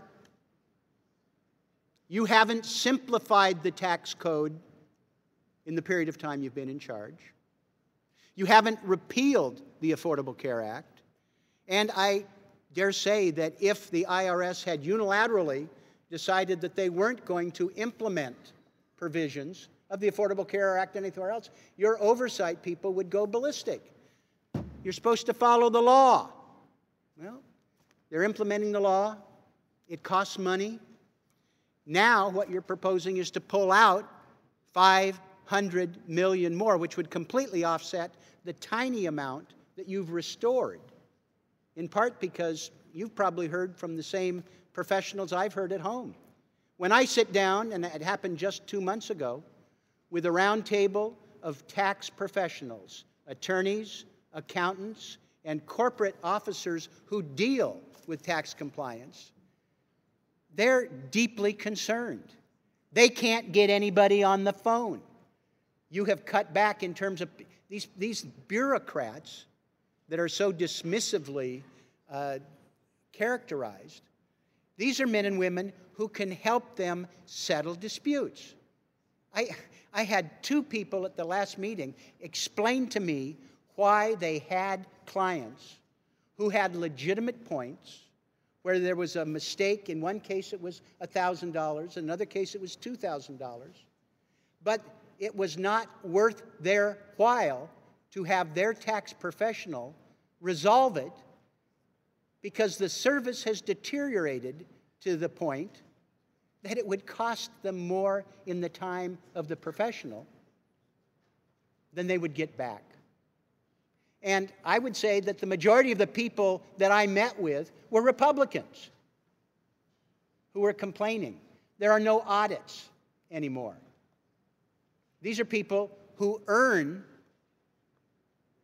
10, 20, 30, 40 times per hour, sometimes it's many multiples above that, for the taxpayer. The notion that we are going to eviscerate the accounts receivable department of the federal government because we've got a vendetta against taxation, I think is misplaced. We rely on voluntary compliance. You're making it hard, if not impossible. And this $500 million cut is just going to compound the felony. With all due respect, I would suggest that this be rejected, that we stop the attack on the IRS. We become their partner to work with them, maybe updating some of the code that is older than some of the members of this committee so they can do the job for the taxpayer. I urge a no vote. Thank you. The committee will now proceed to consideration of H.R. 4885. Without objection, the measure will be considered as read and open for amendment at any point. This time I offer an amendment in the nature of a substitute, which was distributed in advance along with the green sheet explaining it. Without objection, the amendment in the nature of a substitute shall be considered as read, open for amendment at any point, and considered base text for purpose of amendment. I'll now turn to Thomas Bartold, the Chief of Staff of the Joint Committee on Taxation, to provide a technical description of the amendment in the nature of a substitute, with an emphasis on changes made since introduction. I ask the members hold their questions until after his presentation. Mr. Bartold. Thank you, Chairman Brady. Mr. Levin, the members have before them two joint committee documents, JCX 21 and JCX 22, which describe the underlying legislation, H.R. 4885, and the Chairman's amendment in the nature of a substitute. In short, under law, federal agencies may establish user fees for certain services provided by those agencies, and since 1994, the proceeds of most user fees have been available to the Internal Revenue Service to supplement appropriations in each fiscal year. The legislation before you directs that the proceeds of user fees collected by the Internal Revenue Service would no longer be available to the agency absent a separate appropriation. All fees would be deposited into the general fund of the Treasury. The Chairman's amendment in the nature of a substitute clarifies that the proposal is effective with respect to fees collected after the date of enactment. Happy to answer any detailed questions the members might have about this legislation. Thank you. Are there questions for Mr. Bartold? Dr. McDermott. Oh, I'm sorry. No, go ahead. Dr. McDermott. Mr. Bartold, these bills that are one page long are kind of hard to understand because it just sort of refers to other parts of the code. So I would like you to explain to me and to the committee the fees that are coming in are created from what source, and they are presently allocated to do what? This changes it and says anything that comes in has to go through the appropriations process, and that sounds like a new step in the process. But could you explain how this works? In the early 1950s, the Congress authorized federal agencies to collect fees for service, and to be a fee, it generally has to reflect the cost of providing a service to a customer of the agency. The IRS provides certain services for which they've been allowed to charge fees, such as private letter rulings. Sometimes where the law is unclear, taxpayers may approach the service and say, we have a very specific sort of transaction. We think the law may be unclear as to whether this should be taxed as A or taxed as B. And the service devotes some time, they analyze the law, and they respond and say this should be taxed as A. There's a fee charged for that service. There's certain other. Is it a fee that's $100 or $10 or $500 or $1,000 or what's the? There for different services. There's fees that range from hundreds of dollars to thousands of dollars. Large business enterprises are permitted to make a change in accounting method with approval of the Secretary of the Treasury.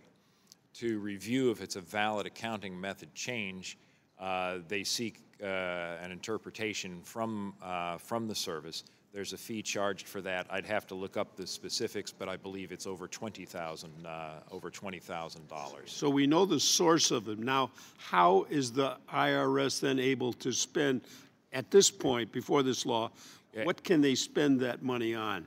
As I noted, after 1994, the Congress permitted proceeds of most user fees to be available as a supplement to their appropriated annual budget. I do not believe that the user fees need to be directed to any particular purpose, but remember the notion of a fee is that the fee reflects the cost of providing the service. So to remain a fee which the agency can collect, it's supposed to be related to the cost of providing the service for which the fee was collected. Now that, since money's fungible, then how this is allocated, I couldn't comment on. So this law would now put those fees in a account that would have to be appropriated by the appropriators to the IRS. In other words, it's a cut in the IRS would be collecting these fees and would be presently including them in their budget, but now they would lose this. What % of their budget is made up by the fees? Well, you had two questions, Mr. McDermott. It's not that there's a separate account. The fees would just be deposited as part of general receipts to the Treasury, and that's actually as the law was prior to 1994. I'm not certain, but I do not know that all federal agencies get to retain all fees. Some fees of other agencies may also go to the general fund. To your specific, more specific question, in fiscal year 2015, the appropriated funds for the operation of the Internal Revenue Service were approximately $11 billion. And in fiscal year 2015, the amount of fees collected, net of refunds from prior years, over collections, and net of certain fees that have to already be deposited in the general fund was just under $400 million. What percent so is that? $400 million, it was acts as a supplement to the underlying $11 billion appropriation, and so the $400 million is approximately 3.5% of the 2015 overall IRS budget. So this is a 3.5% cut to the budget as we would propose in the past. Had that been taken away from what was spent in 2015, previously. Yes. Thank you. Back. Mr. Levin, you're recognized for a technical question. Mr. Bartow, do other agencies collect fees? Yes, as I just noted to Mr. McDermott, since the early 1950s, the Congress has permitted agencies to assess fees. What I don't know is the extent to which all agencies retain fees. That may be on a case-by-case basis. I would have to do more research. Do some retain those? Some do, but as I just said, Okay, I don't know. I don't know how ubiquitous that is. I'd have to do some further research for you, sir. And they retain the fees and they can utilize them? If the agency is permitted to keep the fees, it would presumably be as a supplement to their annual appropriation. So if this becomes a precedent, it means that the same bill should be introduced as to every single agency that collects fees and utilizes them as a supplement, right? I didn't quite hear all the questions. You asked if this were applied to all other agencies? Yes. The Congress could choose to direct that all fees collected go to the general fund. Okay, would you submit for the record an analysis of what other agencies collect fees and whether they're used by that agency to supplement the appropriation?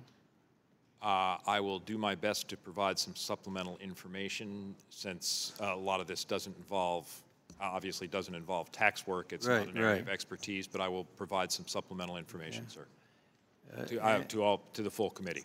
Has there been any legislation before this introduced since 1994 to prohibit the use of these funds by the IRS without an appropriation? I will have to research that, sir. You know of any? Off the top of my head, I do not, but I will have to research that, and I will follow up with the committee, sir. Thank you. Does anyone else have a technical question? Mr. Becerra? Thank you, Mr. Chairman. Mr. Bartold, I think you described fairly well that what this legislation would do was it would take the money that's collected from particular taxpayers and through these particular or special fees, and it would place the money into the federal government's overall general fund instead of leaving it with the IRS to use for its services. That's correct, sir.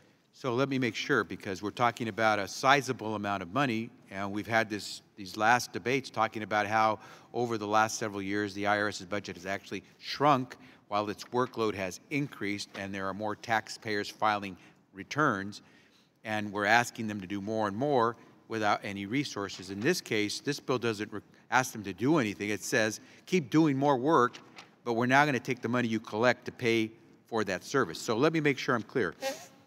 The special services that you describe, like this private letter ruling, most of us who file our tax returns, we don't pay a special fee for the privilege of voluntarily paying our taxes, right?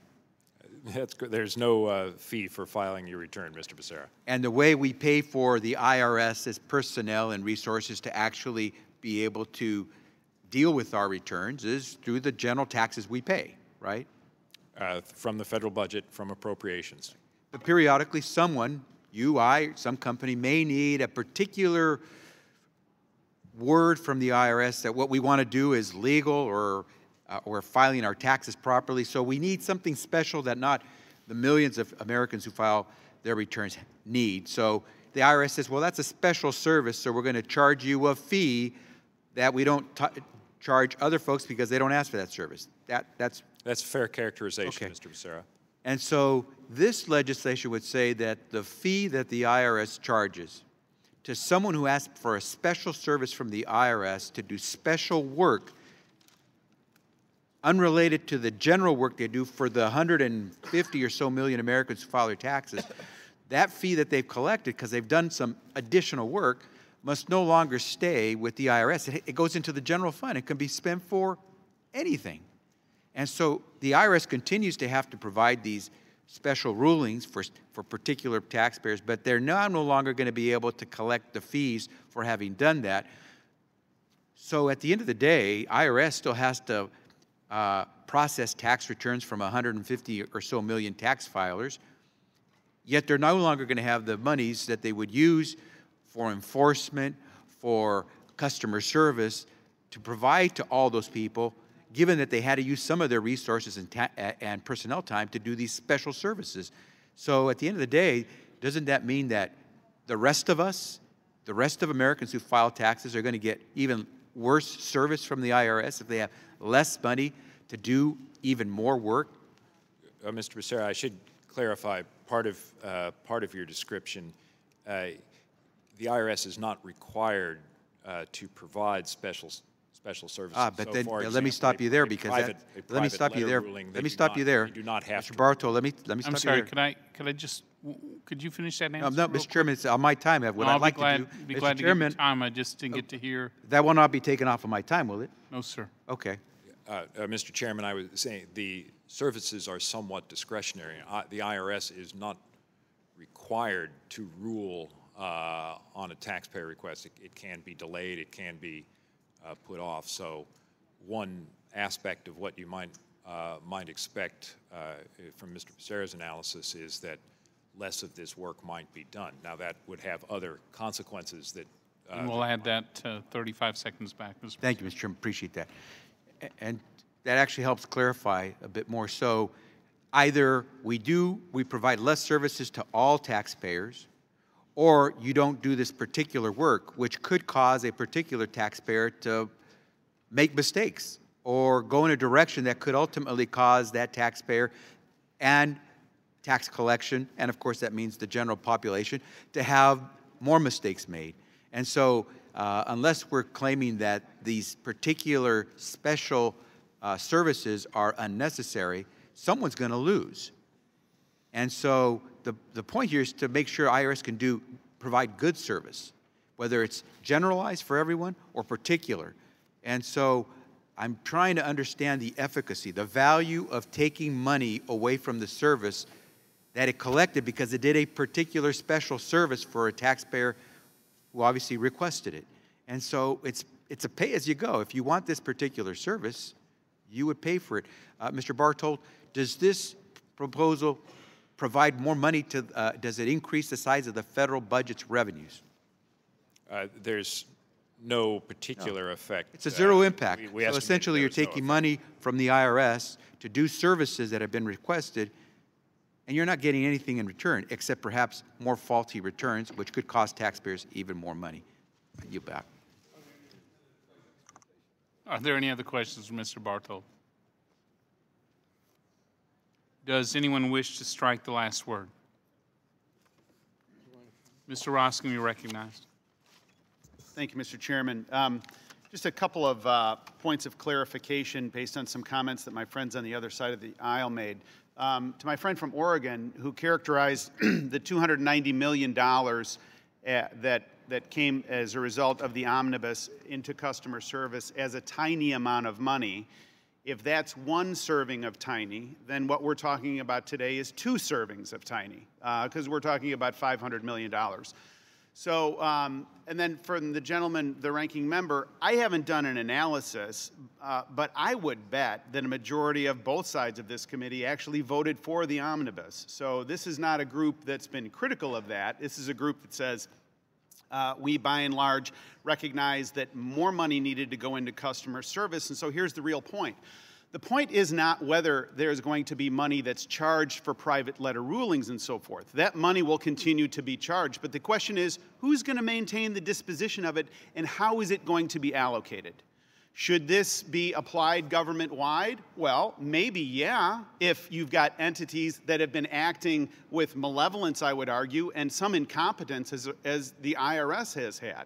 This isn't happening government-wide, and other agencies are better stewards and better fiduciaries of user fees, then fine. But this bubbles up as an issue. Why is this an issue? It's an issue because of the disposition and the attitude of the Internal Revenue Service that has said in the past they're going to do less with less, that they're going to allocate money away from customer service, and money in the previous bill that I articulated, our committee demonstrated there's money for them to put into customer service. I gave the example of them hiring private attorneys, not using the Department of Justice lawyers. I gave the example of them being gratuitous in terms of taxpayer subsidy of union time far beyond what the statute requires. I gave the example of giving bonuses outside of GAO recommendations and outside of the precedent that was set by the previous commissioner. So here's where we are. We've got the Internal Revenue Service that charges $500 million for fees and so forth. Nobody's arguing about charging the fees. People that need these private letter rulings and other services, pay them, fine. But the question is, are we to continue to entrust with no oversight, essentially, and with no discretion, the very agency that I'm critical of? And I argue no. I think Mr. Smith's idea is a good idea. One final point. This is in the context of other things that we've not talked about today. So, for example, there's a program called the Business System Modernization Program, in particular, the Return Review Program that the IRS has moved forward with. Now, the GAO has criticized this program as wasting millions of dollars, not accomplishing a goal. The Internal Revenue Service, after investing millions and millions of dollars, said, you know what, we're going to put this on a strategic pause. When I had an interaction with top IRS officials and asked them about the allocation of this money and said, isn't this a waste of money? They said, Congressman, we don't look at it as a waste of money. We look at it as we've learned how not to do things. Wow. Wow. How not to do things? Hey, this is not Thomas Edison and Menlo Park. This is the allocation of precious resources that are not being used for the purpose to which they have been appropriated. So, in a nutshell, it makes perfect sense, and it is completely appropriate for Congress to go to a delegated agency that is created by an act of Congress to say the money that you've been charging, Congress is going to reassert its leadership over. So it's a false premise to assume that this $500 million isn't going to be allocated to the Internal Revenue Service. That's a plot trap that my friend from California was arguing. It made no sense whatsoever, and not even Mr. Smith is making that assertion. However, what we are saying is, based on the past disposition and attitude of the way the IRS has spent money, it is a very reasonable thing to tell a delegated agency that they are created as an act of Congress, that they need to submit to Congress on how they're allocating resources, and particularly based on their past disposition. I urge us all to vote for this bill. I yield back. Does anyone else wish to strike the last? Mr. Becerra. I'm compelled to comment because of a comment my friend from Illinois made, that Congress is going to assert its leadership over this money. I must tell you that probably the last place you want to put responsibility for money these days is this place. In 2 days, this Congress has a responsibility to put out a budget. The committees haven't put out a budget. There's no discussion this week of having a vote by Friday, April 15th, the deadline by law, to put out a budget. Yet, we want to assert our responsibility over money that an agency has collected as a result of providing services, essentially a user fee for special services. Maybe we can boil this down to a number of examples. I can give you one because I happen to have participated in a funeral recently. When you go through a funeral, you have a large attendance, and I know families are very pleased when there are a lot of folks who wish to pay their last respects. When you have the service that goes from the place of worship to the place of interment, you have a lot of people who want to join, and you're going to disrupt a lot of traffic. And in order to make sure it's done both safely and in a dignified manner for the family involved, we ask the local police to help direct traffic so that you don't have a constant breakup of the line of people who are traveling together with the coffin to the place of burial. The police are not required to do that, but they do offer that service. And the folks responsible for the funeral cover the cost of our local police departments who bring their officers out of their regular course of duty to provide that service for that family, for the funeral services, to make sure it could be a dignified service.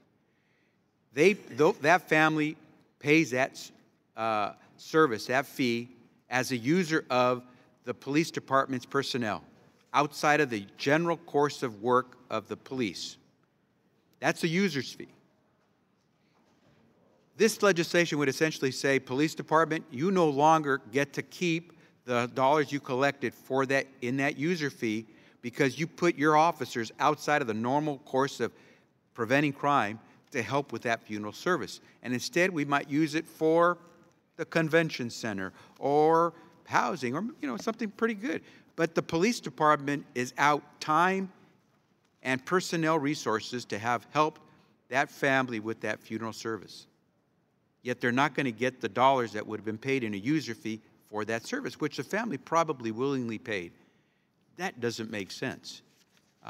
find different ways to get an agency to do well, but to punish it by taking away its users' fees when it's done a special activity that requires time and resources to do, and not let them have the money back for having done it, that to me is not just ill-conceived, it's mean-spirited. And so I would hope that we would recognize that the IRS is never going to be the best friend of anybody, but it shouldn't be treated like a piñata to be smacked over the head all the time simply because you feel you can. Every agency must do its work right, and let's respect the people who do this because they probably feel the pressure of having to be the IRS as well. I think it's unfortunate that we treat this agency and its people like a piñata when in fact they do something very important. And as I pointed out previously, we do it at half the cost of what Great Britain, France, Canada, Australia, Germany do it. And so rather than punish these folks, take pride in that we have a government service that for the most part does its good work. And when we don't do it right, where we find they don't, sure, let's descend on them. But to just take away user fees because you want to punish the agency overall, I hope folks vote no. Yield back. Anyone else? Mr. Blumenauer, you're recognized. Thank you, Mr. Chairman. I appreciate your courtesy. I am vexed. To my friend from Illinois, there was, yes, the amount of money that we are talking about that was added is a small amount when compared to the amount that Republicans have slashed from that budget since you regained control. Yes, this is two tinies or small amounts. But as a fabled senator from Illinois once said, a small amount here, a small amount there, pretty soon it adds up. And $500 million in an agency that you have decimated since you've been in control, slashing budgets, reducing employees, $500 million is significant. You know, all of us know how it works around here with the appropriation process. You throw that back into the appropriations process, there's little or no guarantee that it's going to end up back serving the IRS. In fact, the history of what's happened in the last 6 years is that there's little or no prospect that it's going to end up there. It had to get so very bad, that people capitulated, and then only under the guise of sweeping out the barn with the exit of former Speaker Boehner. Probably couldn't have happened in this climate. But I welcome the circumstance, and I think it's important for the men and women who administer it. You know, I was just stunned by the Appropriations Subcommittee chair, who's I like, somebody I respect, but who talked about how they deliberately lowered the funding again so the IRS would think twice about what they're doing. Now, I'm sorry. I've spent time with men and women working at the IRS, including the most recent commissioner, who actually has a pretty distinguished career. And the way he's been treated, frankly, I'd wonder why somebody with his talent and his ability would take for the minuscule amount of, I shouldn't say minuscule because I don't want you, they're paid more than we are, but not that much more, and nothing compared to what he would command in the private sector, and then have his integrity impugned, and trying to manage an agency that has not been properly resourced for the impossible task that it's been given. A more complex tax code, not having upgraded the computer system. COBOL, I mean, I'm old enough to remember, that's, when I was in college, that's what they tried to teach me in terms of computer. They don't have people trained in this. They've got to go back into the, you know, the mists of history to find people who can deal with the antiquated computer system. And I am concerned that we continue to make this a misdirected target. We've got a taxpayer advocate, a straight shooter who's spent a lot of time and energy working on this, who's given us a snapshot of what the people she is there advocating for suffer from. I mentioned the meetings I've had with tax professionals, attorneys, people in major CPAs, companies, and as I say, most of them Republicans, who are appalled at the conditions under which they're trying to work and think that it's teetering on the brink.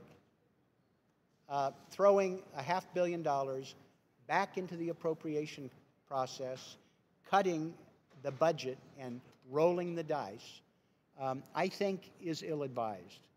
And I hope maybe when we get through this election season, we'll be able to all visit our IRS employees, maybe look at the computer system, maybe compare the performance of those employees with the rest of the federal government. You want to single them out for tax delinquency, and they have a better performance than congressional employees by a large measure. I don't think that's the signal we need to send to those employees. I don't think that's the signal we want to send if we want a system that relies on voluntary compliance to work. And I hope someday we'll be able to do better. Thank you, Mr. Chairman. Thank you. Does anyone else wish to strike the last word? Are there any amendments to the amendment in the nature of a substitute? There are no amendments. Questions on the adoption of the amendment in the nature of a substitute. All those in favor signify by saying aye. Aye. Those opposed, no. No. In the opinion of the chair, the ayes have it. The amendment in the nature of a substitute is agreed to. I now recognize Mr. Johnson with the purpose of offering a motion. Mr. Chairman, I move the committee favorably report H.R. 4885 as amended to the House of Representatives. Questions on favorably reporting the bill as amended. All those in favor signify by saying aye. Aye. Those opposed signify by saying no. No. Roll call. In the opinion of the chair, the ayes have it. A roll call has been requested. The clerk will call the roll.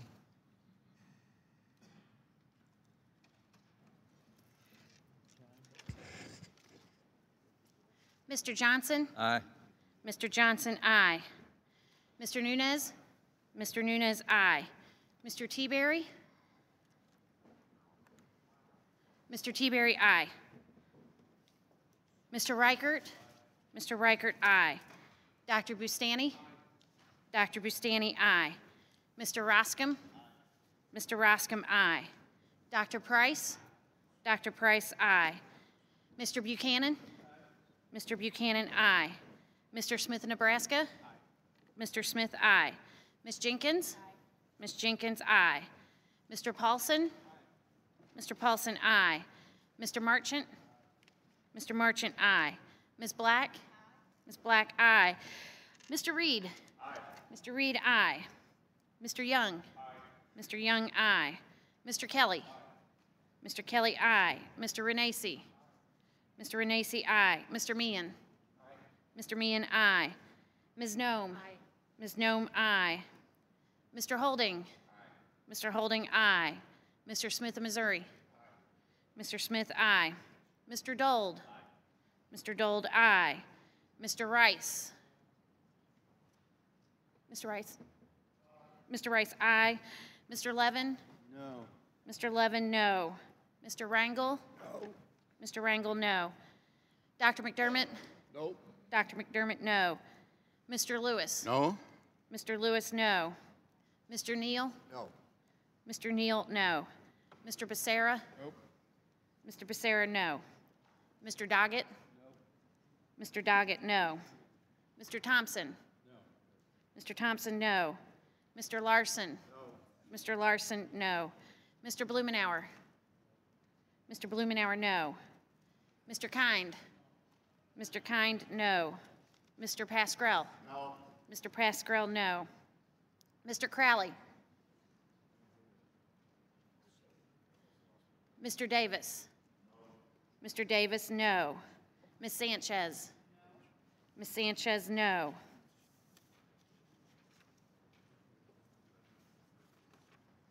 Mr. Crowley? Chairman Brady? Aye. Chairman Brady, aye.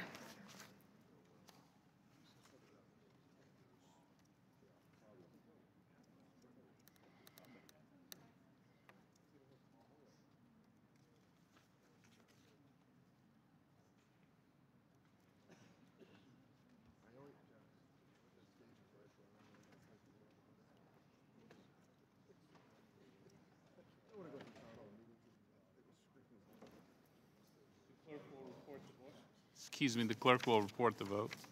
24 ayes, 14 noes. On this vote, the ayes are 24 and the noes are 14. The motion is agreed to. H.R. 4885 is amended. It's ordered to favorably reported to the House of Representatives. Without objection, ask the staff be authorized to make technical and conforming changes to the bill. The members have 2 additional days to file with the committee clerk supplemental, additional, dissenting, or minority views. Our final order of business is H.R. 1206, the no hires for the Delinquent IRS Act, and I will recognize myself for an opening statement. H.R. 1206, the No Hires for Delinquent IRS Act, prohibits the IRS from expanding its workforce unless the agency either certifies to Congress the IRS employees do not have seriously delinquent tax debts or explains why it's unable to provide this required certification. I commend Mr. Rouser of North Carolina for helping to shine a light on the fact that some of our IRS's own workers have serious delinquencies on their personal tax obligations. We are taking up this bill today because the American public expects IRS employees, very same people who wield audit authority over American taxpayers, to abide by the federal tax laws they are charged with administering. However, just last year, the Treasury Inspector General for Tax Administration reviewed the IRS's handling of workers that were found to have willfully violated the tax law. In an alarming 61% of these cases, the IRS retained employees who had willfully violated tax law, failed to document why these employees were not terminated. Talk about the fox guarding the hen house. This is outrageous. The American people deserve better. Congressman Rouser's legislation is an important step and a common sense step toward creating accountability, restoring the public's trust in the IRS. This time I recognize Ranking Member Levin or his designee for an opening statement on H.R. 1206. I yield to Mr. Lewis. Well, thank you, Mr. Levin, Ranking Member, for yielding. Mr. Chairman, I encourage all of my colleagues to oppose this bill. This bill said that the IRS, an agency of roughly 80,000 employees, cannot hire a single person until it's certified that no single employee in the entire agency has a serious tax debt. That is unreal. That is unbelievable. But the IRS already has the authority to terminate an employee with outstanding taxes. These rights were granted in Section 1203 of the IRS Restructuring and Reform Act that was signed into law in 1998. So passing another bill that gives them the same authority they already have really does not do much. Furthermore, the tax delinquency rate among employees of the Treasury Department is the lowest in the entire federal government, 1.2%. In contrast, tax delinquency among staff here in the House of Representatives is more than 4 times as high, and even higher among the general public. This is not right. This is not fair. We're literally talking the best actor. If we really want to improve customer service and security for taxpayers, we should fully fund the agency. Some of us have been demanding this for some time. As Mr. Davis suggested, we cannot get blood from a turnip. These bills aren't intended as serious oversight of the IRS. Last night, Oversight Subcommittee members introduced the Taxpayer Assistance Act. This bill responds to the real needs of taxpayers. My bill and other Democratic proposals to address taxpayers' needs should be the focus of today's markup, not these bills that miss this point, that ignore the greatest needs of the IRS or the American taxpayers. We can do better. We can do much better. And with that, I yield back. The committee will now proceed to consideration of H.R. 1206. Without objection, the measure will be considered as read and open for amendment at any time. This time I offer an amendment in the nature of substitute which was distributed in advance along with the green sheet explaining it. Without objection, the amendment in the nature of substitute shall be considered as read, open for amendment at any point, considered base text for purpose of amendment. I'll now turn to Thomas Bartold, the Chief of Staff of the Joint Committee on Taxation, to provide a technical description of the amendment in the nature of a substitute with an emphasis on changes made since introduction. I ask that members hold their questions until after his presentation. Mr. Bartold.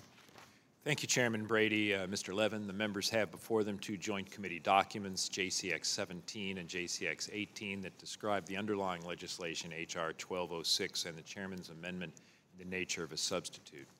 The underlying legislation required that the Secretary of the Treasury certify that no employee with of the IRS have a seriously delinquent tax debt. The Chairman's amendment in the nature of a substitute changes the requirement such that either certification be made or the Secretary report to Congress explaining why he or she is unable to provide such a certification. So under the Chairman's amendment in the nature of a substitute, the Secretary of the Treasury shall either certify that there are no IRS employees with seriously delinquent tax debt or submit a report to Congress explaining why it is not possible to complete such a certification.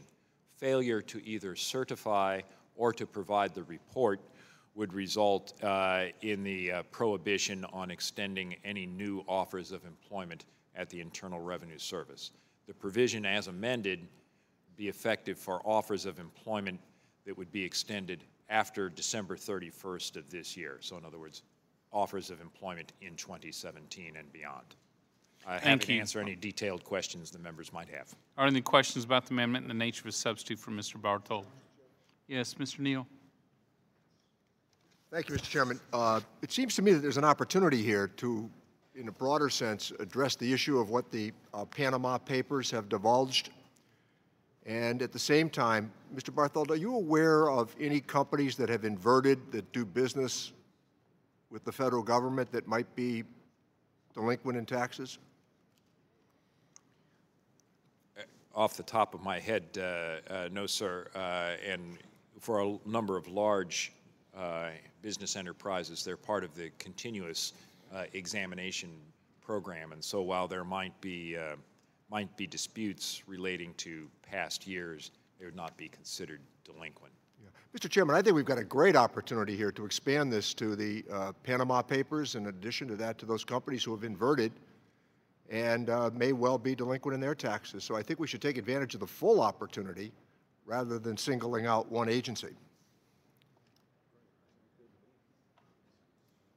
Mr. Roscom, do you have a question, Mr. Barthold? I do. Thank you, Mr. Chairman. Mr. Barthold, on page 2, paragraph 2 of the amendment in the nature of a substitute, there's a discussion, seriously delinquent tax debt, and it's defined, and there's a threshold of a lien being filed in public records. Do you have an opinion or knowledge about what that threshold is, or an understanding of the IRS practice? I'm just trying to get a sense of scope and scale. Is this, I would assume that there's de minimis amounts where you're not where the IRS wouldn't pursue a lien in public records, but do you have any sense of proportion on this?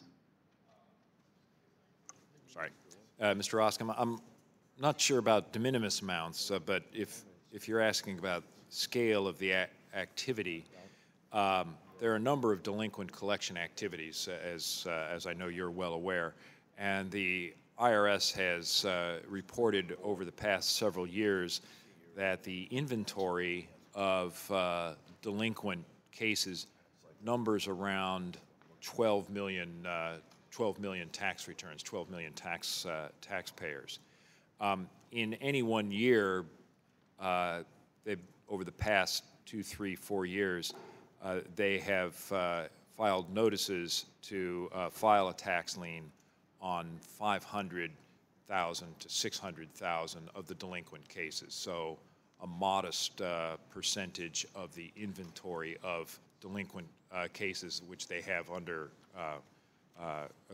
which they're trying to engage in collection activity. That's helpful in terms of proportion. Do you know, do you have a sense about what amount is a threshold that would get the attention of the Internal Revenue Service? I would imagine that there's a cost-benefit analysis.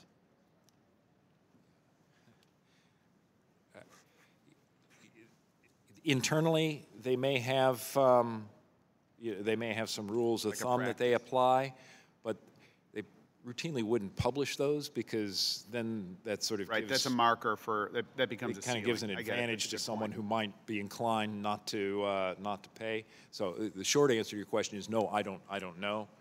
You would expect that good management practice, that there might well be thresholds or tolerances that they would apply, and it may vary in different across different situations of taxpayers. I guess the question then is, and this is more of a rhetorical question, but it would be, well, if there is, if we stipulate that there's 12 million delinquent returns, 500,000 of those get a public lien, which is a fairly serious and fairly expensive enterprise, I would imagine, in terms of the workup of doing that, then it sort of begs the question, how many employees would who are delinquent, seriously delinquent, would fall under the scope of this? You don't know the answer, I don't know the answer, but I just posed the question rhetorically. I yield back.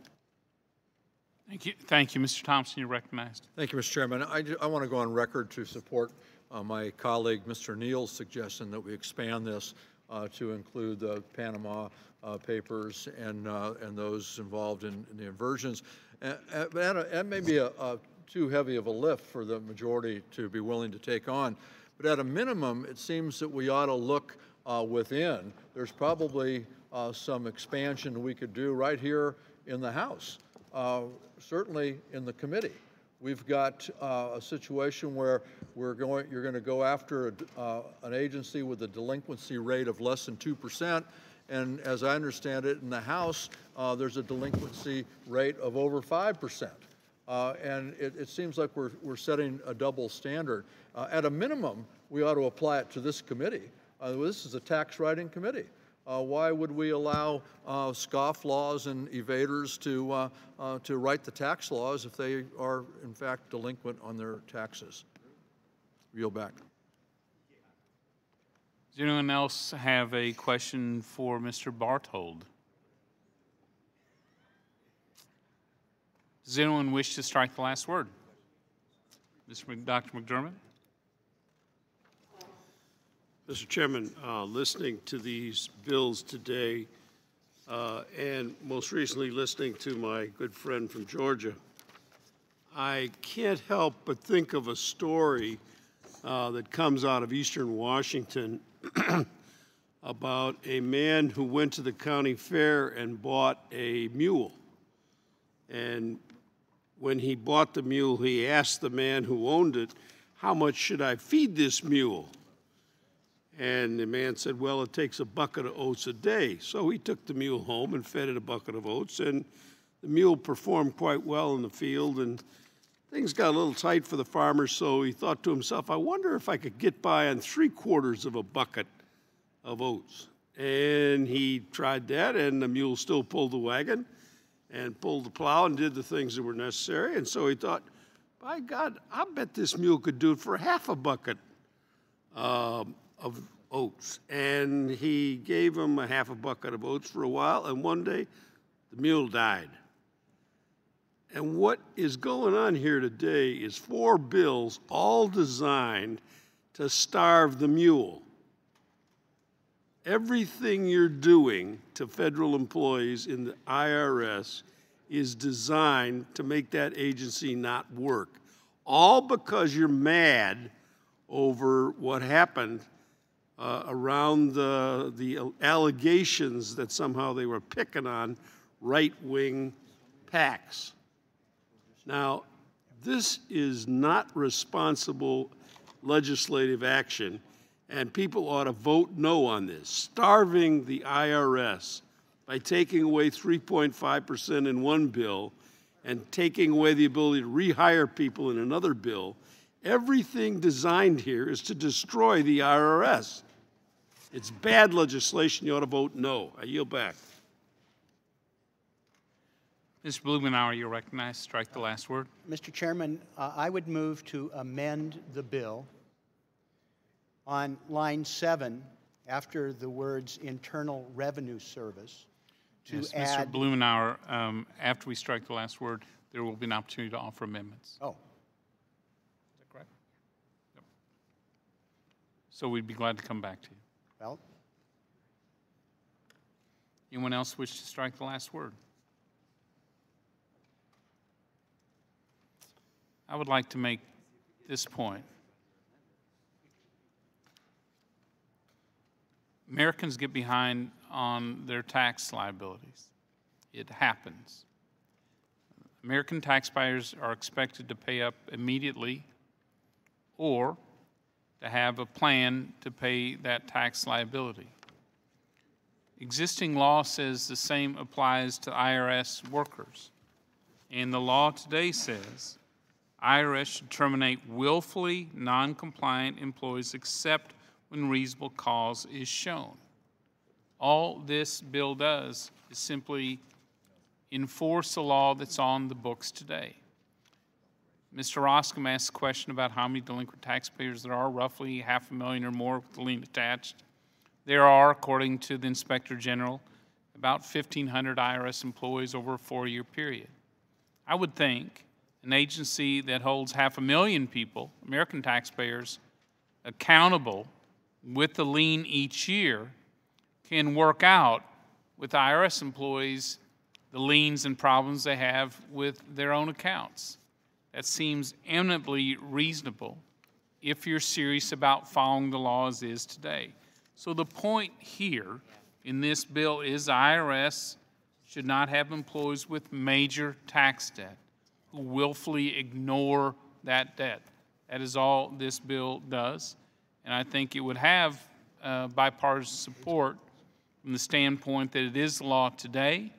We would simply want it enforced. With that, there being no further questions, are there amendments to the amendment in the nature of a substitute? Mr. Chairman. Mr. Blumenauer. Thank you. My amendment, Mr. Thompson was reading my mind. We care about integrity with the tax code. Congress is responsible for funding the IRS, passes the code, and is an example. Sadly, the material that I've received indicates that Congress itself has a rate of delinquency almost more than 4 times the IRS. So if we wanted to target, probably Congress should be, but I'm not saying that. If you want to target IRS, that's fine. But I move to amend the bill to, after Internal Revenue Service, to add the word "and Congress." The intent of the amendment that Congress cannot hire people until we've complied with the same standard that you've established for the IRS. I think it is... May I ask the gentleman to suspend so that printed copies of his proposal amendment could be distributed? Okay.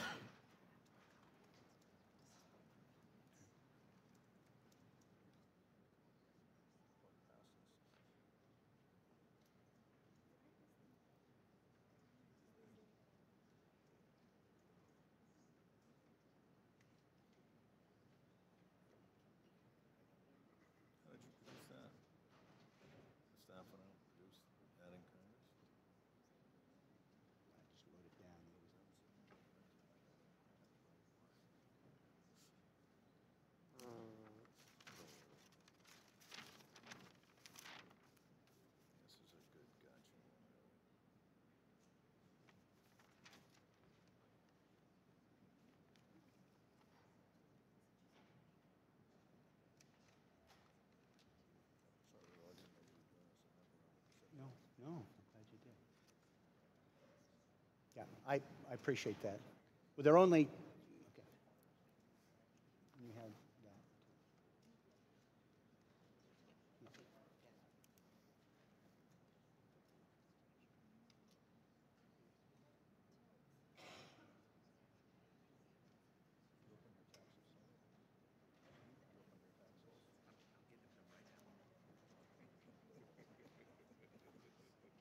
Before this amendment passes.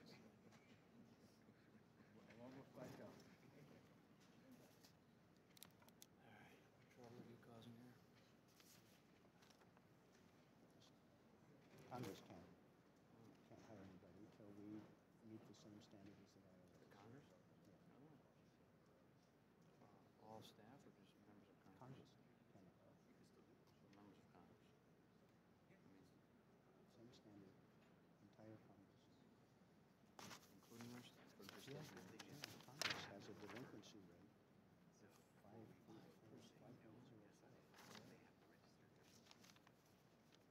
We have fewer employees than the IRS.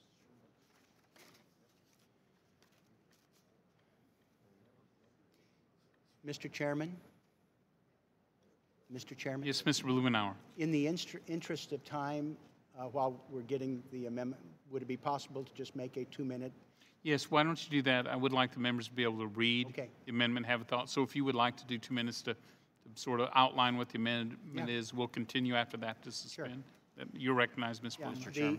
The amendment that I am seeking. If you would, for a moment, Mr. Riker. Mr. Chairman, I reserve a point of order. Point of order reserved. Mr. Blumenauer. Okay. The amendment that is being circulated, and I apologize, is very simple. It just adds "and Congress" after the word IRS, and that on the first page, line 10, and on line 17, after the certification from the Secretary that the IRS and Congress has met. So the idea here, Mr. Chairman, is simple because we have less than 1/8 of the employees of the entire IRS who work for Congress.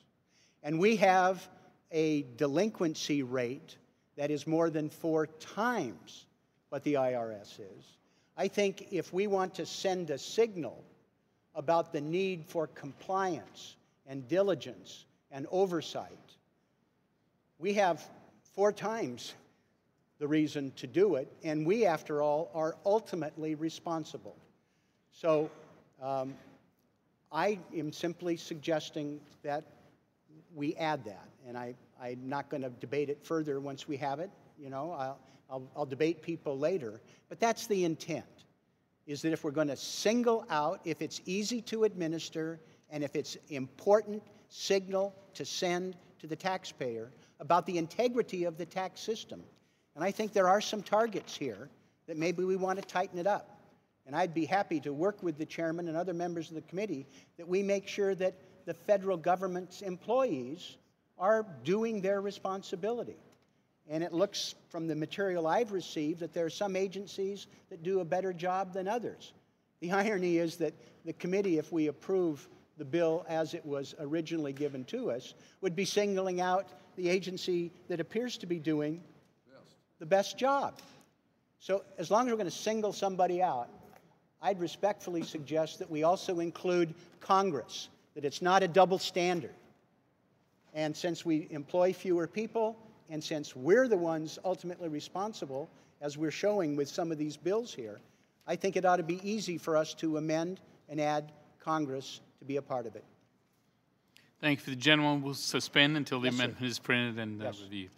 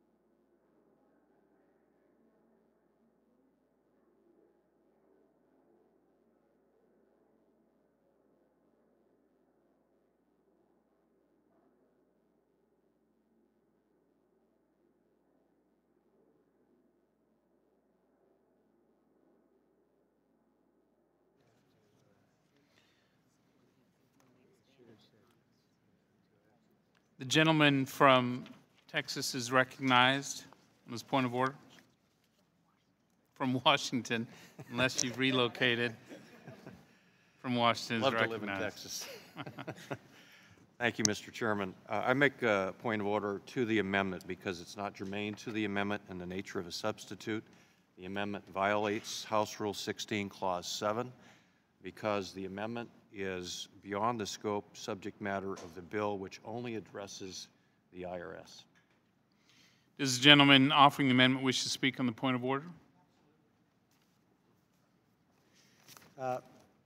There's no, if the point here is to evade a tough vote, you can do this. There's no reason that we cannot, if there is seriously a germaneness issue, there's no reason that we cannot take care of that in the Rules Committee. We don't have to agree with the germaneness. We can move forward with it. Or we could agree today to introduce an identical bill that just applies to Congress.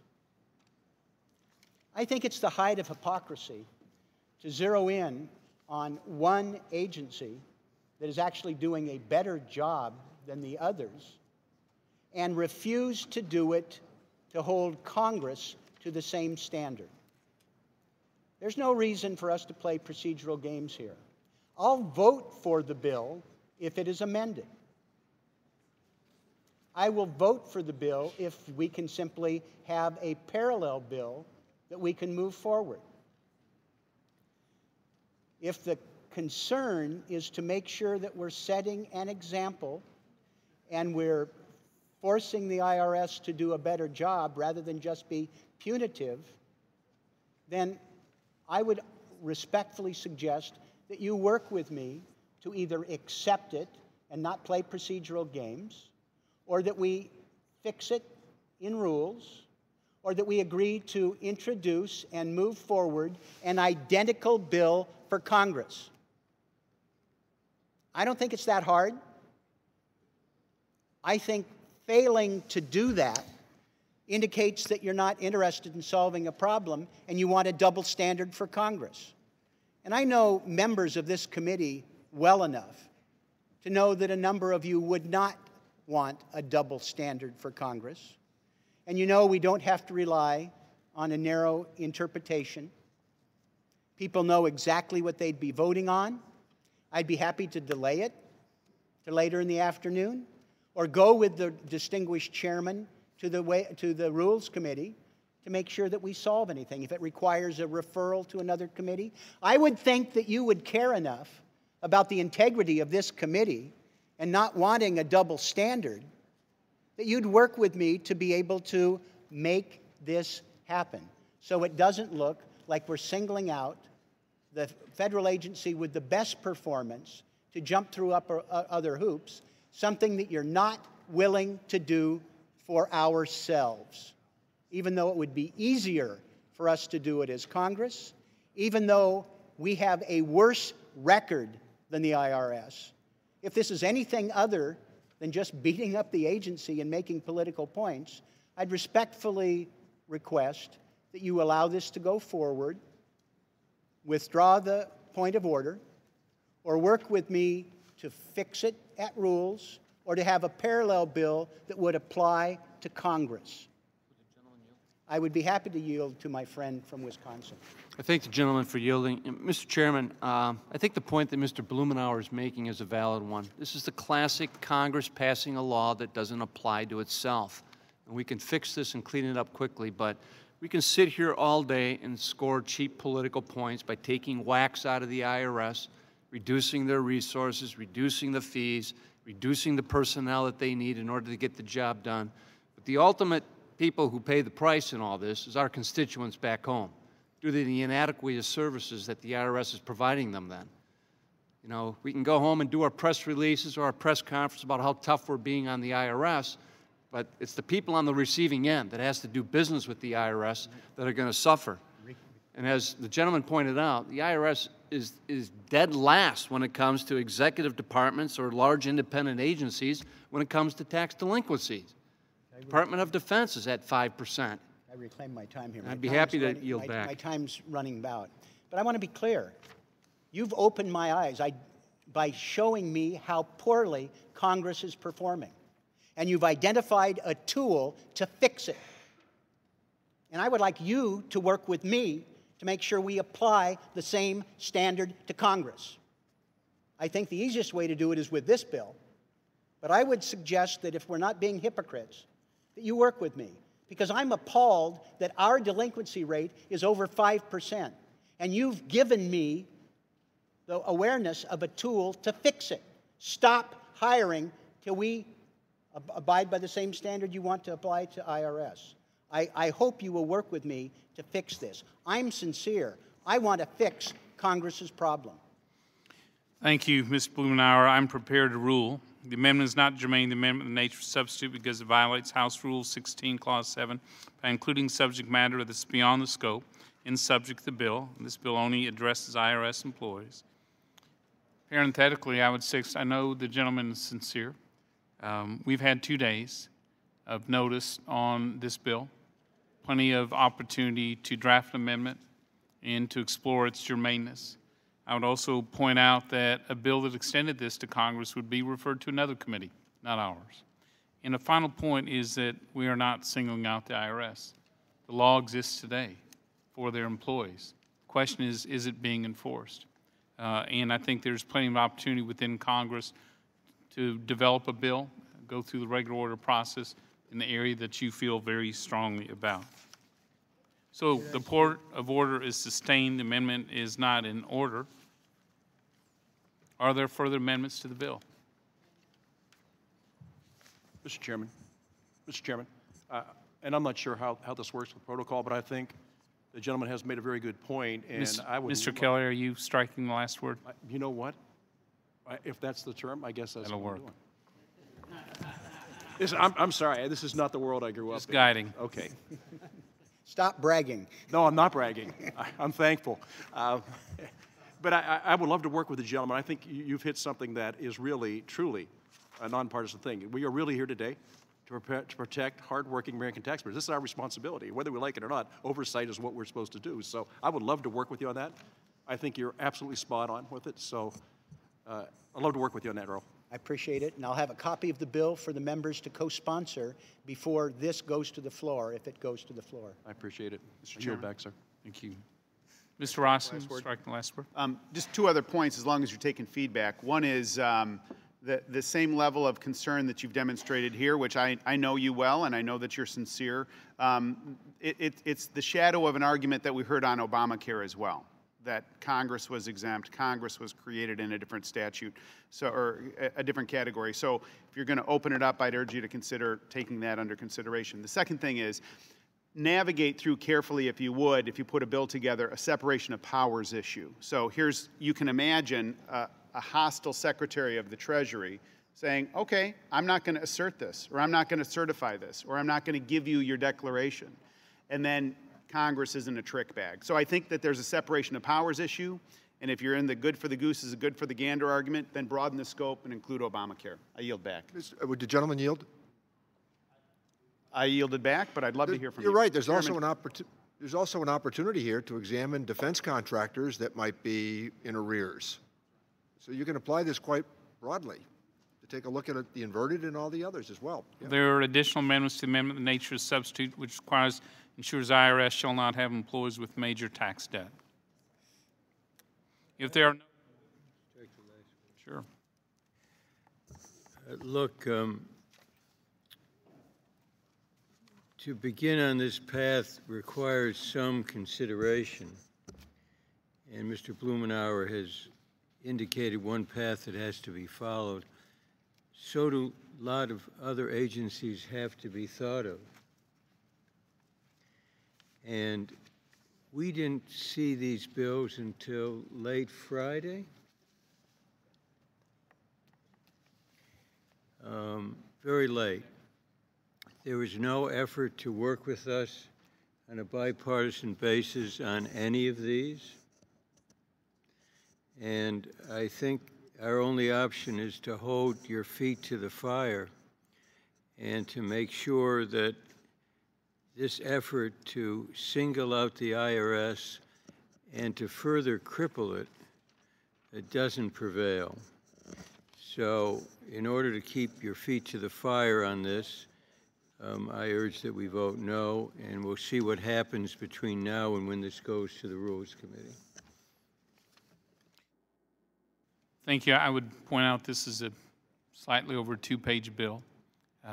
It amends existing law that requires IRS employees who are willfully negligent on their tax debt to be terminated. So are there additional amendments to the amendment in the nature of substitute? There are no further amendments. Questions on the adoption of the amendment in the nature of substitute? All those in favor signify by saying aye. Aye. Those opposed, no. In the opinion of the chair, the ayes have it. The amendment in the nature of substitute is agreed to. I'll now recognize Mr. Johnson for the purpose of offering a motion. Mr. Chairman, I move that the committee favorably report H.R. 1206 as amended to the House of Representatives. Questions on favorably reporting the bill as amended? All those in favor signify by saying aye. Aye. Those opposed signify by saying no. No. In the opinion of the chair, the ayes have it. The motion is agreed to, and H.R. 1206 is amended as ordered favorably reported to the House without objection. I ask staff be authorized to make technical and conforming changes to the bill, and the members have 2 additional days to file with the committee clerk supplemental, additional, dissenting, or minority views. There being no further business for the committee stands adjourned.